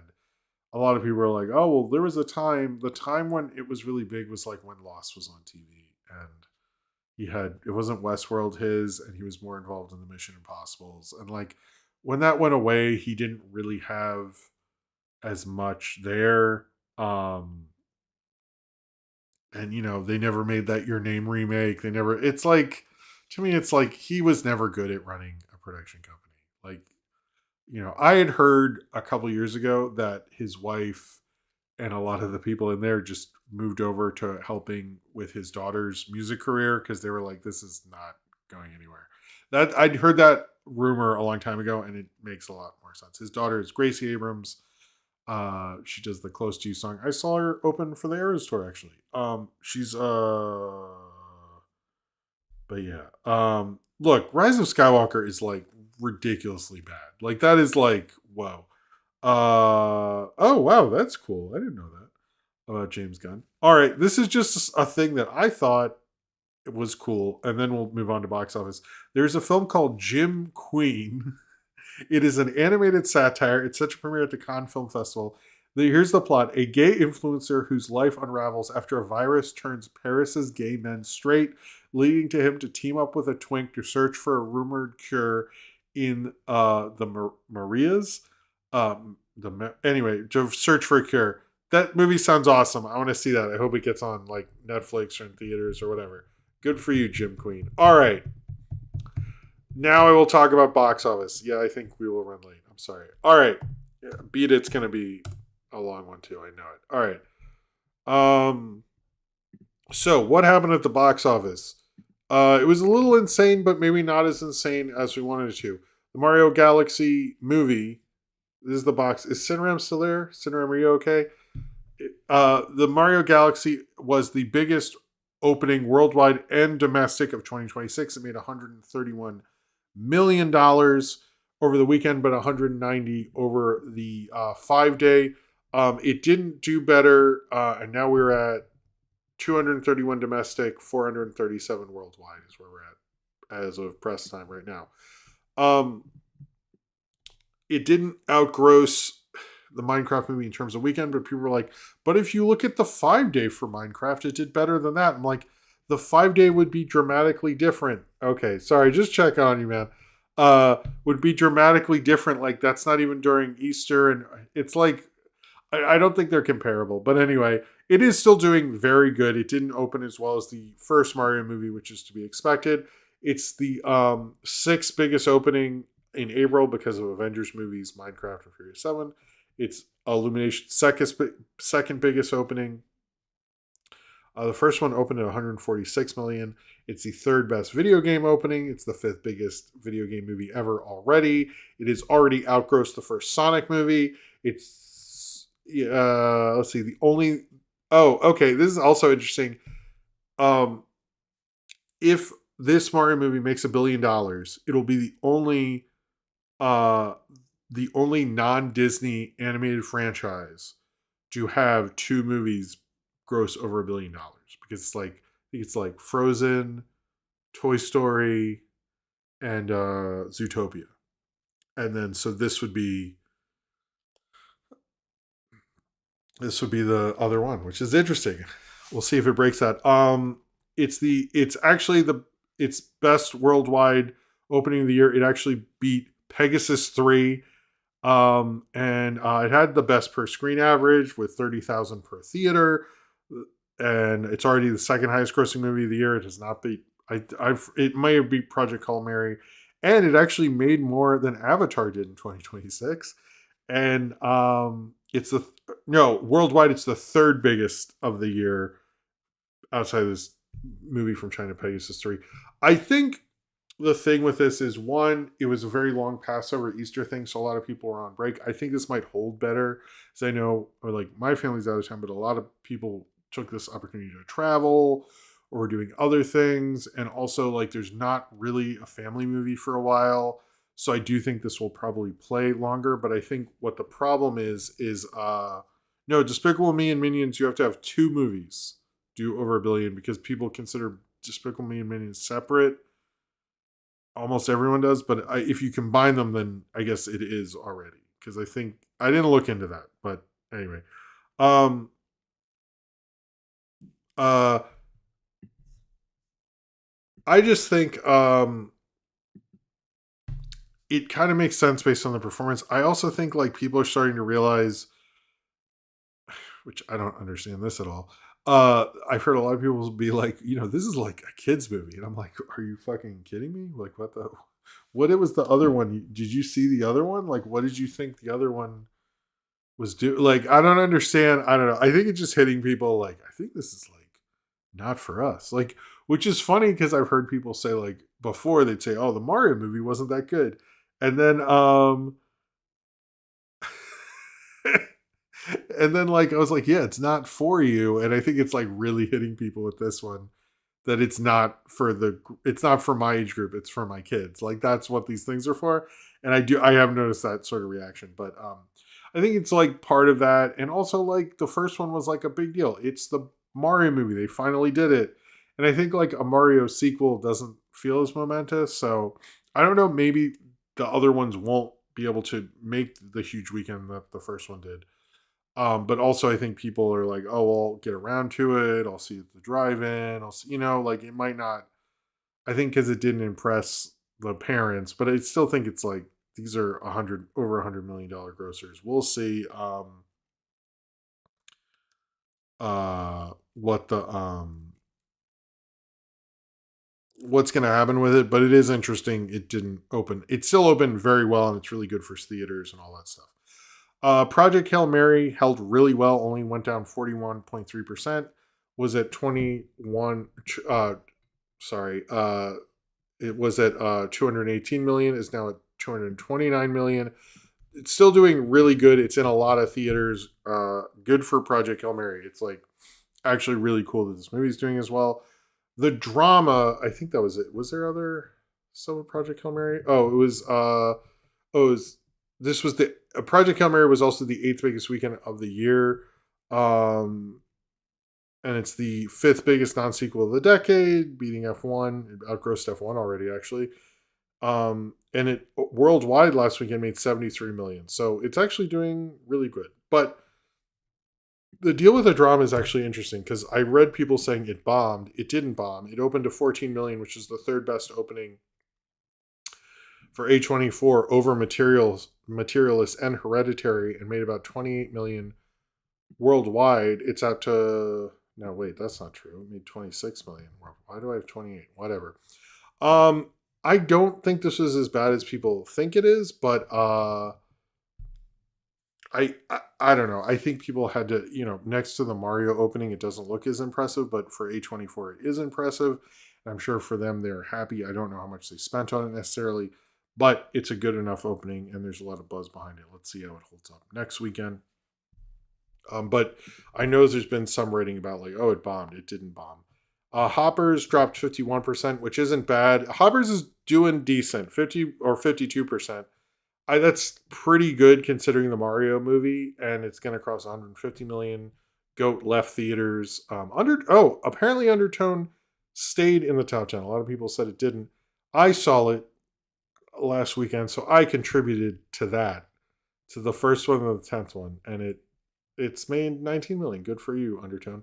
And then I tweeted about this, but it's mentioned that Dar the Revenge, or anyway, it's the highest grossing Indian film in American history at 26 million. It's made a lot more than that. It's about 150 worldwide, but 26 from domestic or America. I don't know why that isn't being brought up more, but it's actually pretty fucking cool that we see more Bollywood films than Indian films doing really good in America. And this is a major, huge thing for that to happen. I feel like we should talk about it more, but I don't know why we're not. Whatever. Something called The Great Awakening made 2 billion, was in 6th place, and Goat left after 8 the top 10 after 8 weeks, and it made crossed 100 million. So good for Goat. And was there anything else? Oh, we're actually not as good as last year. We're down about 2%, but that's because of the Minecraft movie. But that's to be expected. Being down 2% under these conditions are still very good. So we're still doing okay. All right. I want to do it. I'm sorry for running long tonight. Drink, I guess. This obit's a little difficult, and I don't know if anyone saw that. But I wanted to talk about this. Afrika Bambaataa, it came out, died earlier today.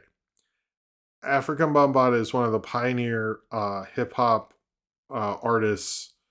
Definitely like put hip hop on the map, from like things like Planet Rock, which used a Kraftwerk sample, to a really great song, Looking for the Perfect Beat. In fact, this album that has both those on it is a real absolute classic album. His early stuff is really amazing. I really enjoy a lot of his music. However, it did come out in the recent years that he's like a pretty horrific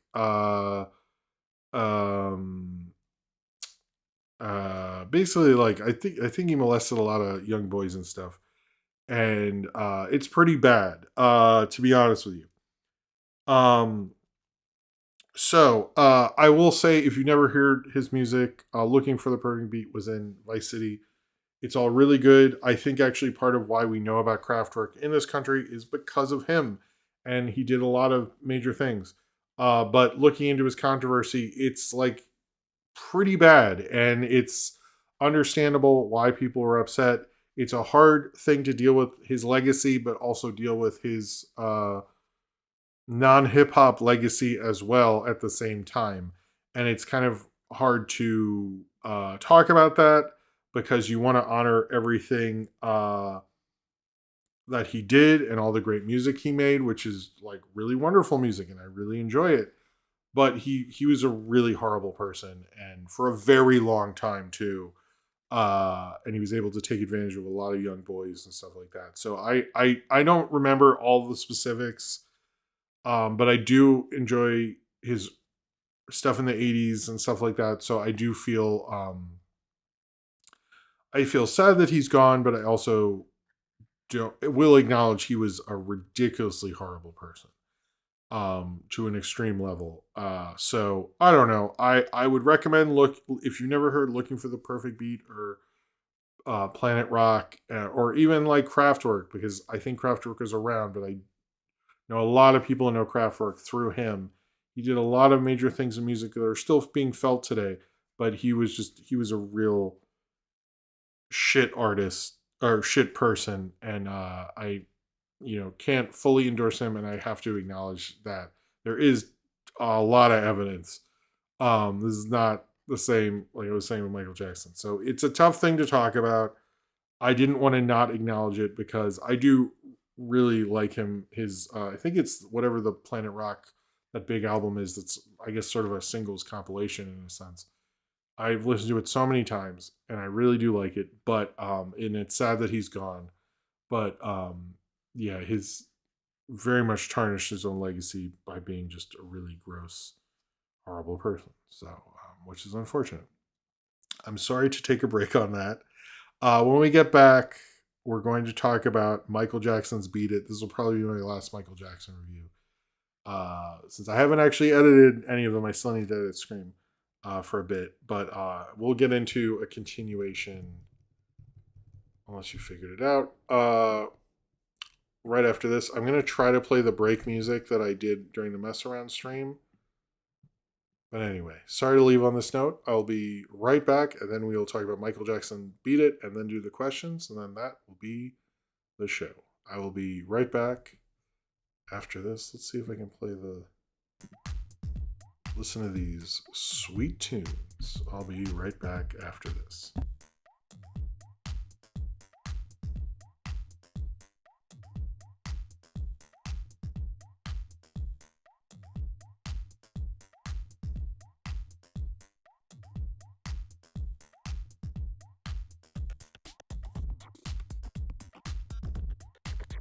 Wait, I didn't see Sinram's thing. Okay, I'll get to your super chat when I'm right back. Sarah. I'm just gonna like it.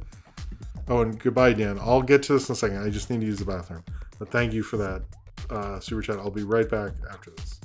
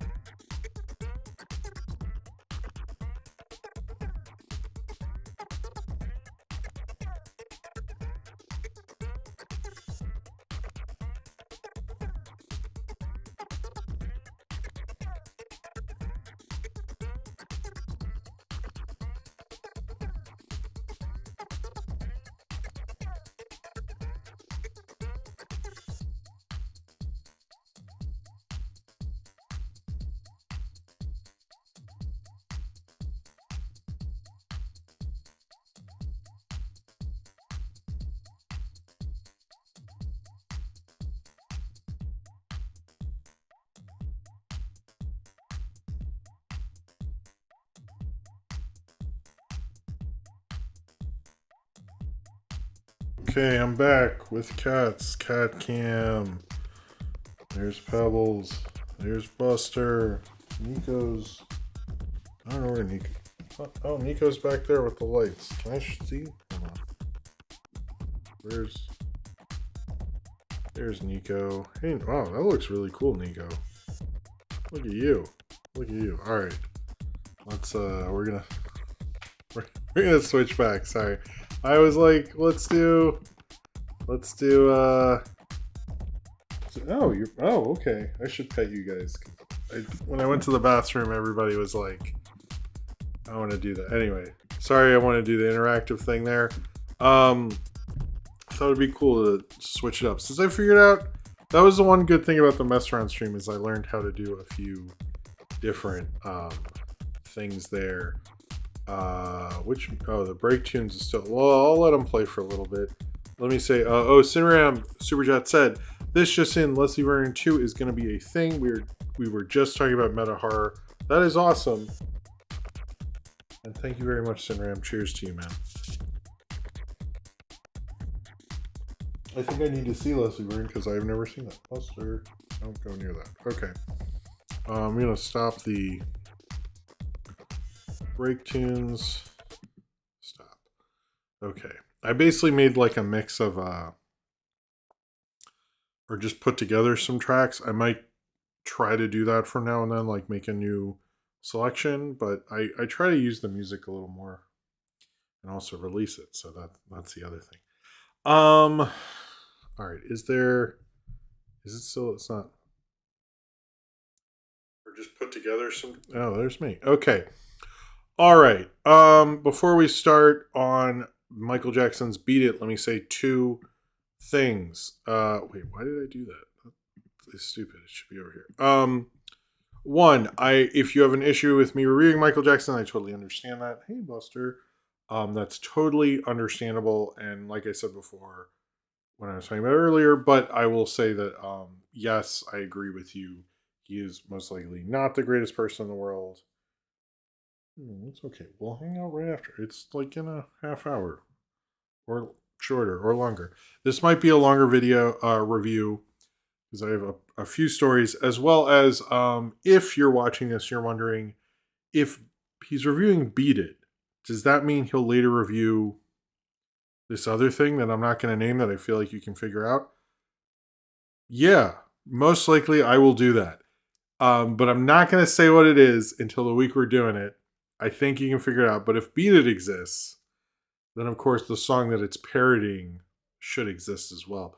But we'll see. I just want to get these done first and talk about that. But yes, but I get it if people don't like me reviewing Michael Jackson. I think I was going to do like Moonwalker and like a ton of stuff when the movie came out, but I'm just going to get these two and the Scream videos out, and then we'll see. If people want me, I wouldn't mind reviewing the Thriller music video, but that I think requires like a lot of background info, and I have the making of Thriller book I want to like really go through and all that if I'm going to do Thriller. But anyway, let's get into it. Also, and if anyone wants to do Super Chats, this is like your last. I would say we're going to go till 12:45. Let's just say that right now if you want to do that. If you are like, I need to go out or so. When we're reviewing Amish Paradise, that's insanely unrelated to what I'm talking about. It has no connection to anything. I don't know. I didn't review Gangster's Paradise, so I thought about it though. Maybe I will at some point. I guess it's been we'll see. Anyway, all right. Today I'm going to talk about Michael Jackson's Beat It.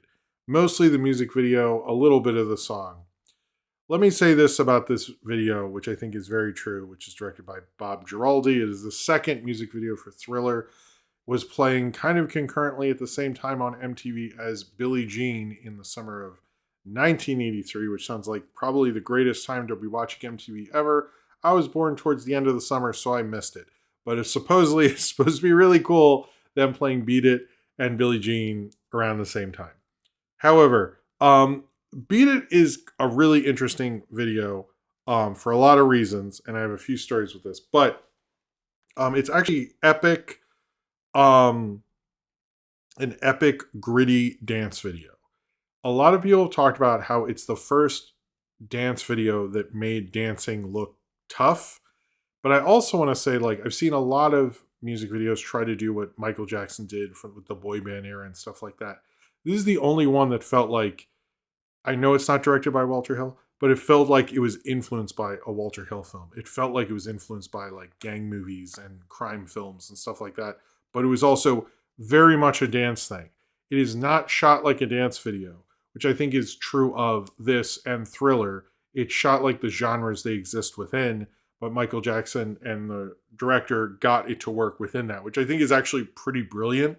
Most of the time, if you'd see later, like let's take another people who did like kind of similar things like the Backstreet Boys. If they do like Everybody Backstreet's Back, it's a fun video with all that monster stuff, but it's not shot like a horror movie. It's shot like a music video that has horror elements. And that would be what it would be later. But Michael Jackson considered these his films, and you can see that he made dancing look tough and interesting and fun and gave it kind of a gravitas to it and made this look like, even though it's like this video is basically like Michael Jackson tells these two gangs that are having a knife fight not to get upset and they should dance together.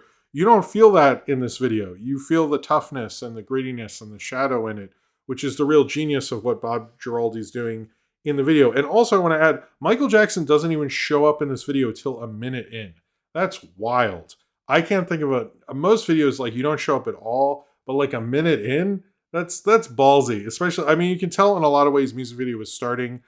But yeah, even though this is, hey Buster, do you want to just sit in my lap or something? What's going on, man? It's okay. It's okay. Sorry, he's a little. Anyway, I'm sorry. But even though this is like all not real, it feels there's more of a sense of reality to this than there was in like Billie Jean or something like that, which felt okay. You need to calm down, okay? What's going on? I'm gonna move this. Sorry, guys. It's okay. But it does have like a really, I do like how iconic like his look is, or that shot in the hallway that looks straight out of a crime movie from the late 70s, early 80s, and then he's like doing dance moves and it looks so natural. It's like kind of a little insane what he accomplishes in this. And I really like the guy in the white jacket who comes out. He also comes out during the guitar solo, which is bad. I've always liked the guy in the white jacket with those shades and all that stuff. And then I think in the other gang, or one of the gangs, there's a guy from the show New York Undercover. I've never seen that show, but people have pointed that trivia fact out to me a lot of times. Also, supposedly Sean Penn is somewhere in here. To my understanding, this this is actually true. To my understanding, that's not true. But I also, trying to search Sean Penn Beat It does not come up with the results that I thought it would. So I don't think you can look that up, but that's Sean Penn's problem. So I have two stories with this. One I will tell first, and then the other later, I guess, or one after the other. First off, I actually saw this on the big screen at the Gramercy Theater when MoMA, Museum of Modern Art, took over the Gramercy Theater, which was during my freshman, sophomore year. So I actually could just go to the MoMA Theater to see classic movies, which also was 3 with my school ID. It was like amazing. But during one of them, they had a thing where it was like, we're going to go over like early music videos with Kim Gordon of Sonic Youth. So of course I went because I lived like a block away at the time. Also, fun fact, the Gramercy Theater is the theater they go to in the Killing Them Softly music video. It is actually the Gramercy Theater. So there's an actual music video shot there years before I moved there. But anyway, Kim Gordon was there with Thurston Moore. I actually got to walk past Thurston Moore and I found out he's a lot taller than me. Yes, they're still together. Oh no, I just searched the Sean Penn thing. Yeah. No, I searched it and go, you know what? I should have known. You ever like do something like, I don't know what I was thinking would happen, but yeah. Anyway, so Kim Gordon talked about how in early music video, there's a lot of standards that would be in music video, which this was in 2002, 2003. There were standards that would happen later, but at the time the artists weren't sure what to do. And one thing she brings up before she plays Beat It is a lot of artists, when they lip sync, weren't sure what to do with like echoes or like little moments. And if you notice in this video, and I've never forgotten it since this, that like when he's lip syncing, he doesn't go just beat it, all that stuff. It goes when it goes beat it. He just like keeps lip syncing the beat it. And it like naturally you wouldn't see that, but like when you're tying the camera with an echo. Anyway, when she told us that, when the video played, everyone just like started laughing hysterically. But you notice it in a lot of early 80s videos, they will just like lip sync literally everything because they're like, I guess this is what we're doing. And that's the only thing that's like a little like, I guess dated, but you really have to know what's going on there. Anyway, this was directed by Bob Giraldi. Apparently Steve Barron, who directed Billie Jean, had an idea and they turned it down. Bob Giraldi is someone who I have met a few times, actually. He used to work at the school I used to work at. And he's a major ad guy. You've definitely seen an ad by him. If you can find reels, there's a million different cuts of all the ads he's directed. I know he did like a Band-Aid ad with John Travolta before he made it big. He made, I think, a ton of Super Bowl ads, like all this crazy stuff.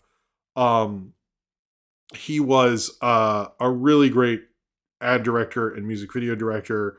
He would go on to do the Pepsi ad, which didn't work out very well, but he did Lionel Richie's Hello, and he did Love is a Battlefield for Pat Benatar. He was just like, if you look at his filmography and everything that guy's done, it's really insane. He's a really creative, interesting person. He's also really nice. Everyone tells me he's a mensch. I agree. He was really cool. I seriously, he's seriously a much more interesting person than just the guy who directed Beat It. Look him up. Look up the reels. I might post one of the reels of him on the Discord tomorrow because I really like. It's not the reel I used to play all the time. I used to have to play his reel like almost every 6 months when they'd bring him up, because he is a pretty noteworthy person. Before I continue, Brett Ratner on Jimmy Kimmel Live said in a late night prank with Michael Jackson wearing a Hulk mask woke him up at 4 a.m. They filled water balloons, then drove around to find homeless people to throw them at. What the fuck? I expect that of Brett Ratner, but Michael Jackson, come on, man. Did Brett Ratner direct the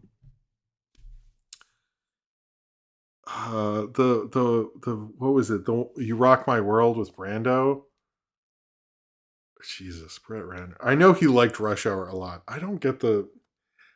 I need to maybe rewatch Reddit because everyone loves it. And I'm like, I think it's also when I came to Rush Hour, every film person I was friends with was like, dude, do you want to watch Jackie Chan do stunts but worse? And so like it was never cool for me. So I think that's the problem. Anyway, that is a wild story. Cheers to you, Willie Woman. All of the lights go flashing during the questions if you don't mind, just for editing purposes.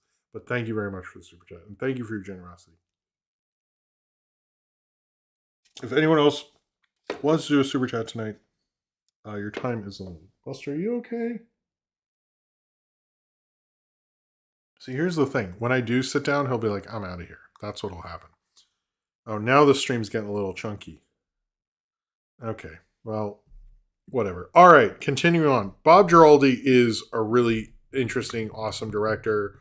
I highly recommend his work. I do think he's often talked about how, and this has been documented many times, that this video shoot was done in, I think, East LA. I don't know LA at all. A part of LA where the Bloods and Crips are. They had a ton of police and security because they had a lot of gang members actually on the video shoot. So like the tough vibe you're getting is not just from the dancers, but they're actually gang members there. Supposedly things did get rough. Apparently a few people got beat up at one time or another.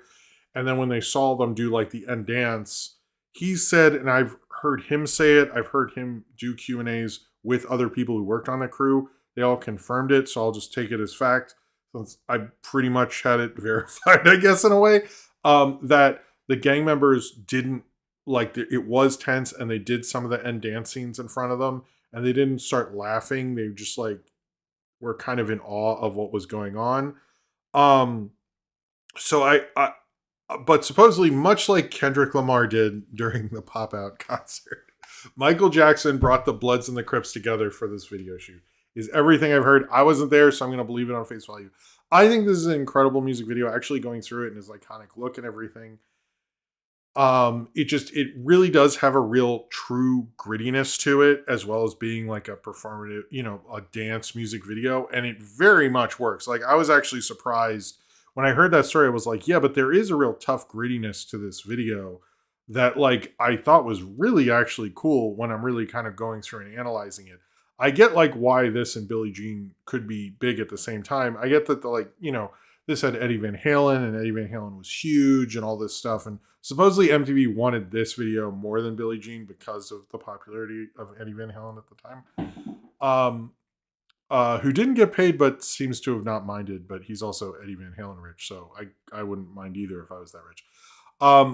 But I think this is a great song, a great video, and I think what the video has to it is it really does use the crime genre to its advantage and really shows like a toughness to the song that makes it feel like darker and grittier than maybe even the song truly is, which is just, sort of like very much a pop song with guitars, but it almost feels like more of a rock song than the dance pop that like of Billie Jean or Thriller or something like that. It really does feel like it's Jackson's rock song. I think he almost had like a real rock song in each album. Dirty Diana would be on Bad. I don't think Off the Wall is more disco-y, but unless I'm forgetting something. However, I think this is a very splendidly well-made music video. Bob Giraldi is a great director, and you can 100% see that in this. And Michael Jackson knows how to sell it, and they're able to, him in the bed and everything.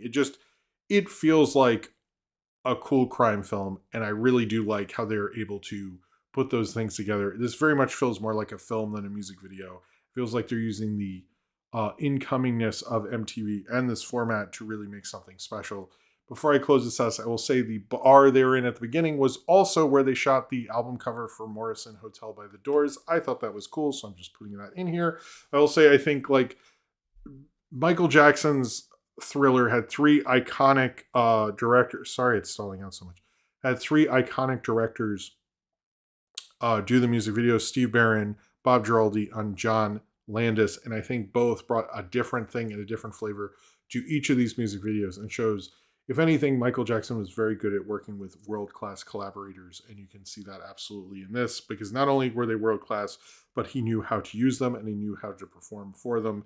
And the fact that he made this looks very much different dance moves than Billie Jean, and very different from Thriller, shows like all of his kind of range and how much he could put into a music video and make it into his own and make it feel like its own sort of film into itself. And I think Beat It definitely does that. Okay, I think I got everything there. There are some cool stories in there. I hope that was cool. Anyway, I hope people aren't weird about me doing Michael Jackson videos, but I think it's worth doing. Okay. Oh, the other thing is, I did see, this is not going to be a review, I did see Owen Dennis's pilot. I chose not to really do a review of it, called Deathahedron. It's actually really cool. It has a really cool like vibe to it, and I love the ending where it's like him talking to the actor and everything like that. So I really love that video, the thing. You should check it out if you haven't already. All right, let's do questions. I have Austin's question first. If anyone, no, Beat It came out before Thriller. Thriller is the last video. Thriller was the last video. To be clear, what is? Man, these cats are. I am getting a lot of cat attention because I'm the only one here. So they're like very much into me right now. I also feed them, so I think they're like, you're here and you feed us. This is the last. Oh, let me do the flash because you guys did get to that. If anyone would like to do a super chat before the end of the questions, feel free. This is the last call for alcohol, as you say. Okay, I'll do Austin's question first. I haven't read any of the questions. Sometimes I read them. This time I didn't. Okay. Jim, I hope... Hold on. Oh, wait. I should write questions below. I'm sorry about that. Questions below. YouTube's being really buggy tonight. Oh, thank you, Will. Thank you for being here. Have a good night. Oh, there we go. All right. I'm going to read all these questions while this is reloading. Hey, YouTube. Okay. Jim, hope you had a good day, and I'm really tired and looking forward to eating pizza. My question for Movie Crap is, in Project Hail Mary, did you similarly to MST3K striking, you have a guy in space on a satellite with a female voice with puppets, and he invents a thing with the satellite. All he needs is to riff on bad movies. I'm trying to be vague and not spoil the movie. I did notice that, but I think it's based on is it Silent Running, or it's like a movie with Bruce Dern, and that's based on Mystery Science Theater is based on that. I think Project Hail Mary is sort of referencing that, to my understanding. So I think they're like both sort of influenced by the same thing. But I kind of guarantee you, Phil Lord and Chris Miller, I have no proof that they've watched Mystery Science Theater, but like most likely, like if they did, you wouldn't be surprised. So I did, yes, that did cross my mind. I should have probably mentioned it in the review. But while I was watching, I did think like, oh, this is like, I think he'd be more of a Joel, Ryan Gosling. He has the looks of a Mike, but he's more of a Joel. Let's do Sidram said, Jim, I believe it's fair to say that you and I are tall people. I have met Sidram in real life. I will say that is true. Um, I, for one, was very pleased when my height eventually matched my dad's. Do you enjoy being tall? This is interesting. And if so, do you find that there are any personal drawbacks to being the height that you are? I'm fine with being tall. There was a certain point when I was a teenager where I literally thought, like, I think, like, this is enough. Like, I don't think I need, I literally thought, like, I think we're good on the height thing. Like, I get it. I do like being tall, and like helping people at the grocery store and stuff like that. I didn't know that, like, I think I've talked about this on stream before, but like, I was listening to Taylor Swift and she was describing some guy who she thought was hot. And she goes, and he's tall. And I was like, wait, is that a thing? And I didn't know this was a thing till like a year or two ago. That was an attractive thing. Clearly, like, me talking about Mystery Science Theater and Space Ghost was, and probably just being a general dork, was more of a turnoff than me being tall. The only real drawback is so many people are like, but you're good at basketball. And I'm not. Genetically wise, I should be, because my grandfather was offered the NBA, but it was when the NBA wasn't what it is now, at all, and he turned it down to go to college. So I like, that's the only thing, is people assume I'm really good at sports or specifically basketball, or be like, oh, you can ball. I'm like, no, I cannot. And then because I'm tall and like I walk about 7 to 8 miles every day, and I do have to lift stuff at work and stuff, I can like do some things, and people, I can convince people, or they convince themselves. Let's be honest with that. So that element I don't like. And I do find it weird that like that women, the height thing is such a big deal. I've noticed that, like, when I learned that, I asked my wife and other people. I didn't know. I don't know. I don't love that, to be honest with you. But yeah, I guess the drawbacks is people thinking I might do sports, which I don't love. Okay. Nathaniel Fogus says, what's a film you knew was going to be a big hit no matter what? I actually thought Project Hail Mary. I mean, some of them it's like, yeah, I know Mario and Minecraft. I'm trying to think of one that I was 100% sure. Sinners, I was like, I don't know where this is gonna go, but I'm into it. I'm trying to think what. Oh, I knew Lego Movie when I watched it. I was like, that's probably gonna do well. I'm trying to think like what else. But then like sometimes you're wrong. Like I thought Drive was like the greatest thing ever. Although Drive's become this other thing. I didn't know like guys use it to hit on girls. I was like, I saw that with my wife. So I was not, I could never use that. I'd be like, have you seen Drive? And she was like, yeah, with you. I don't, but I've learned that that was like I guess, yeah, there's certain ones I have. I think I said it there. There we go. Marcel Toros or Emblety said, should Tommy Tooby pay for his AI betrayal? I honestly think, like when I was saying he just signed off on shit, I 100% think they just signed. Like I think it's as likely they're evil in that they just went like, oh, what do we do? What? Like I honestly think, I fully believe that that's what those offices are like. Is that people are like, did you or I find out that they're like meticulously like figuring out how to build the greatest streaming service ever. But I think that service feels like such a mess. I doubt it. All right. Cornbread said, sorry that I forgot to mention, I forgot to mention this for news, but they announced that the 2027-2028 Oscars, what are they doing? There's not even an Olympics, 2 full months of Oscar discourse again. Kill me. I will say the March Oscars, I was surprised they did it twice. I don't know why. I really don't like the March Oscars. I think it should be in February. I thought that was um I thought that was a dumb move. Like why would you want to have it then? It just, yeah, it does push things off for a little longer. It does help like if you're someone like me who needs time to watch everything.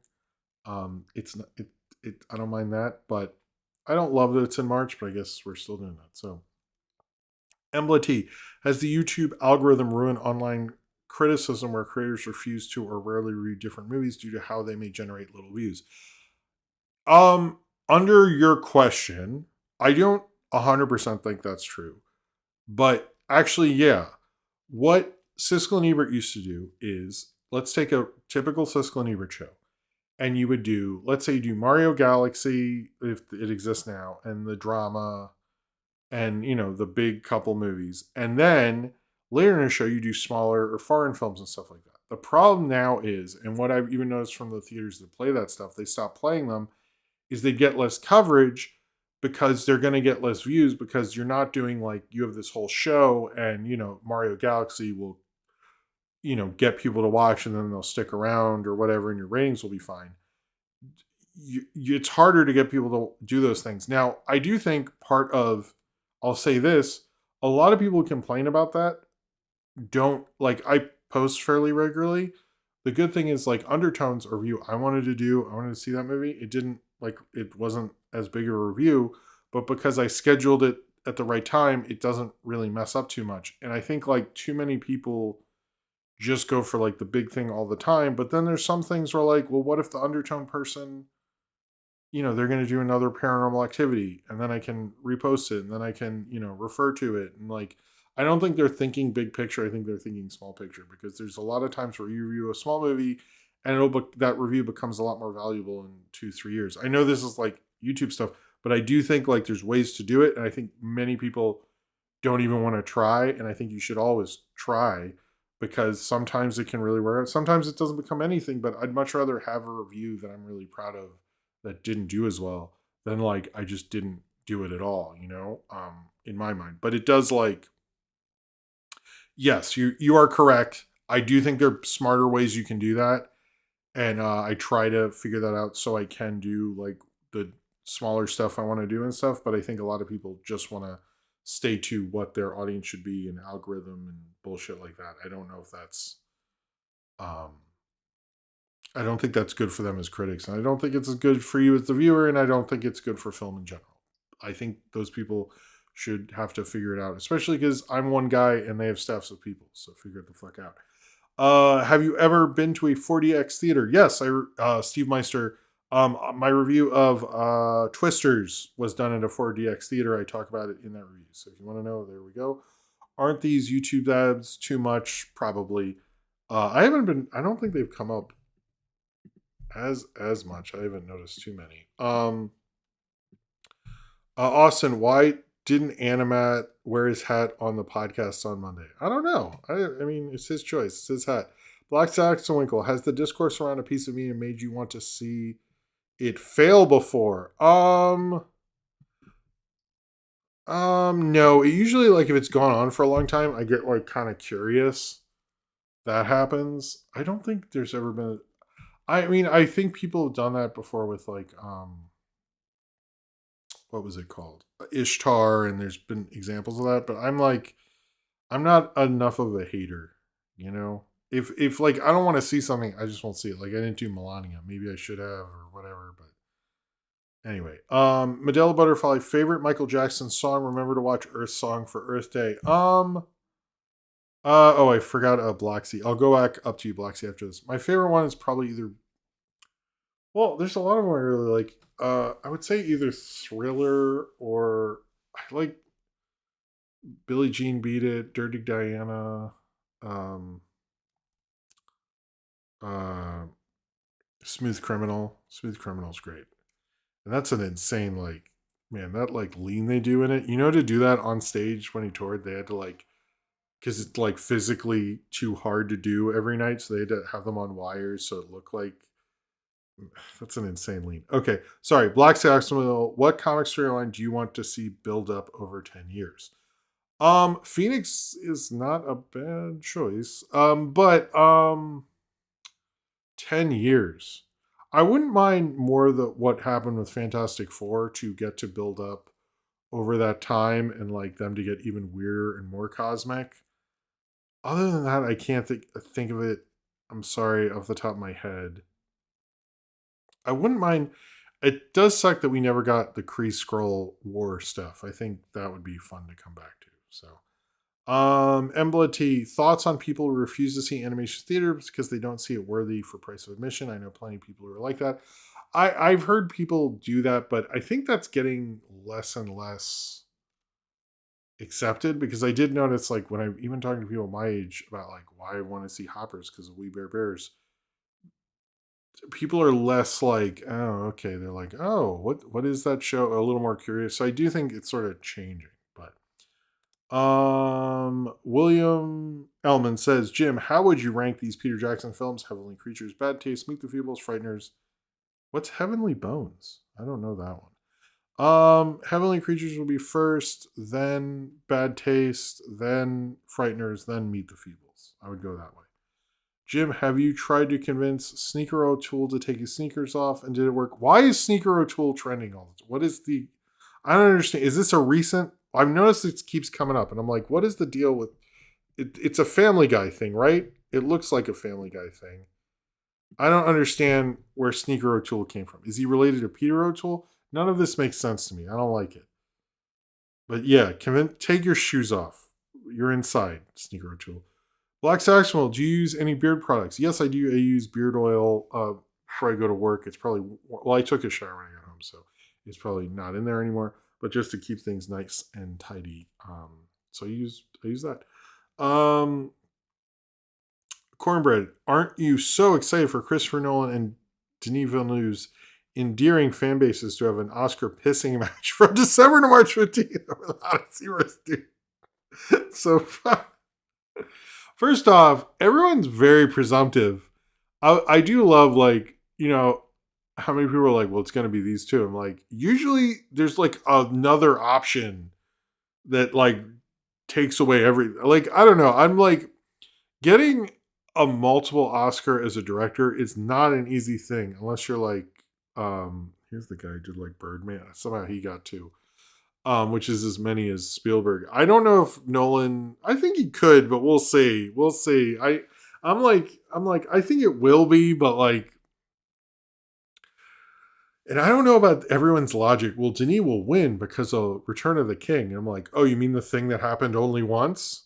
Every end of franchise movie has used the same Return of the King logic, and only Return of the King has done that. Like, I do love how many people use the, well, if you think about it, Harry Potter and the Deathly Hallows Part 2 will get it because of Return of the King. Didn't happen. No, if you think about it, Endgame will get a nomination because of Return of the King. And it didn't happen. It's like, I don't really believe that. I don't think Dune, it will have to be really good. I'm sure it will be. But I just don't, the logic is not as there as much. Also, Lord of the Rings was like one year after the other after the other. I think it built up in the right way. Maybe he will. He deserves it for the Dune stuff. That's fine. I'm just like, I don't agree with that we bring up that logic as much as we do. Embla T, why are comedians taller than most action movie stars? That's a good question, actually. I think it's actually because action movie stars have to compensate for something, and comedians have to laugh at it. William Ellman, my being obsessed with Italian Harmon negated me being tall as well in dating. Oh, okay. Negated me. Oh, okay. Yeah, that. I think the biggest thing that turns women is like, it's like, do you want to hear about cartoons and my general nerdness? Austin, if you got Dark City, what memory would they implant in you? Oh man, I don't know. What's interesting about, weren't there people who were like in like domestic situations, then being like, and they'd switch on and off sometimes? So I guess, I don't know. Hopefully a cool one. I guess it'd be a cool detective, or wouldn't. How would you know? Sinram, when you ride the bus, do your knees not bump the seat in front of you and become sore? That happens to me, so I need to find the most legroom. I don't enjoy the bus, so I do not ride it unless my kids want to. I usually stand. I also stand, I don't know, this is like a dumb dad thing, I guess. Well, I usually do stand on like the subway and stuff because there's usually not enough room, and I don't, unless I'm like not feeling good or tired, I'll sit down.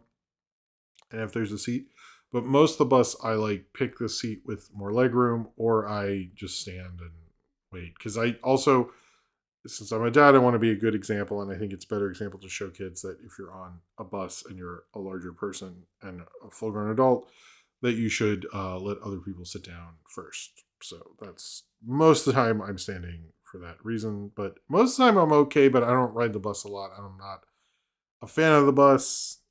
I just don't like it. I agree we should have buses and more of them. That's fine.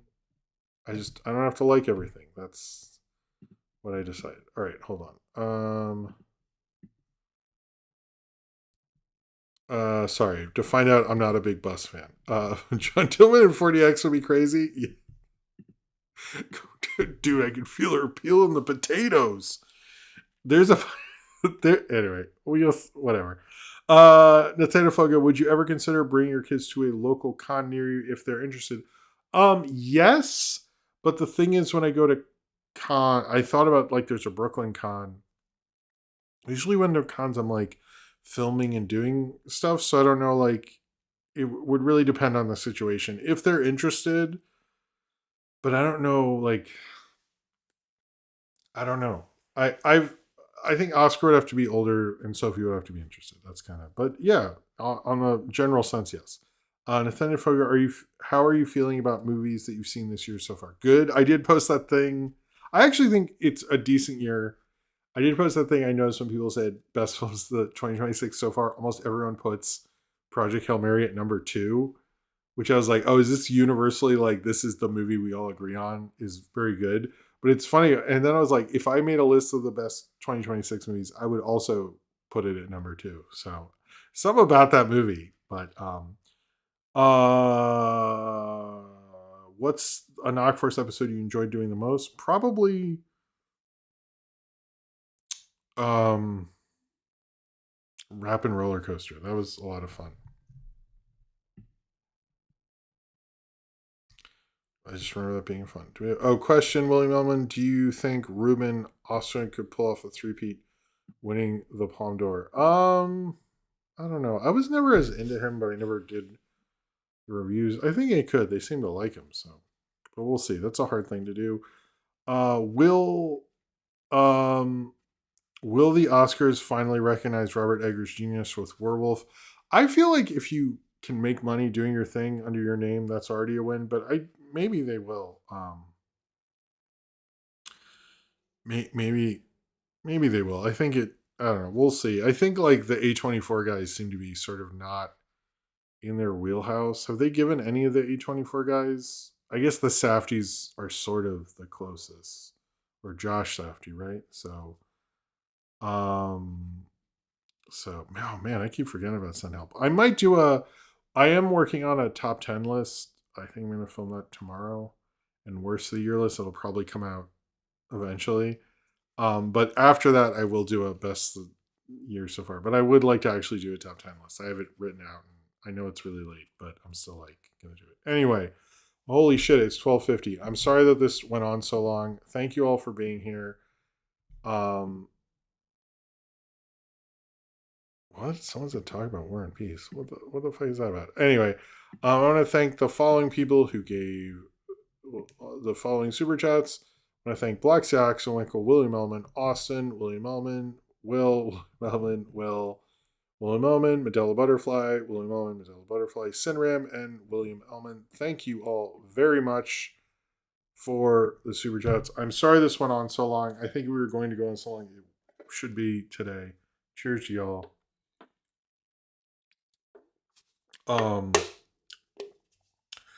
If you watch the Beat It tonight, I recommend watching the thing that I'm not saying, which I may or may not review next week because they do work really well together. I will probably have a review out. So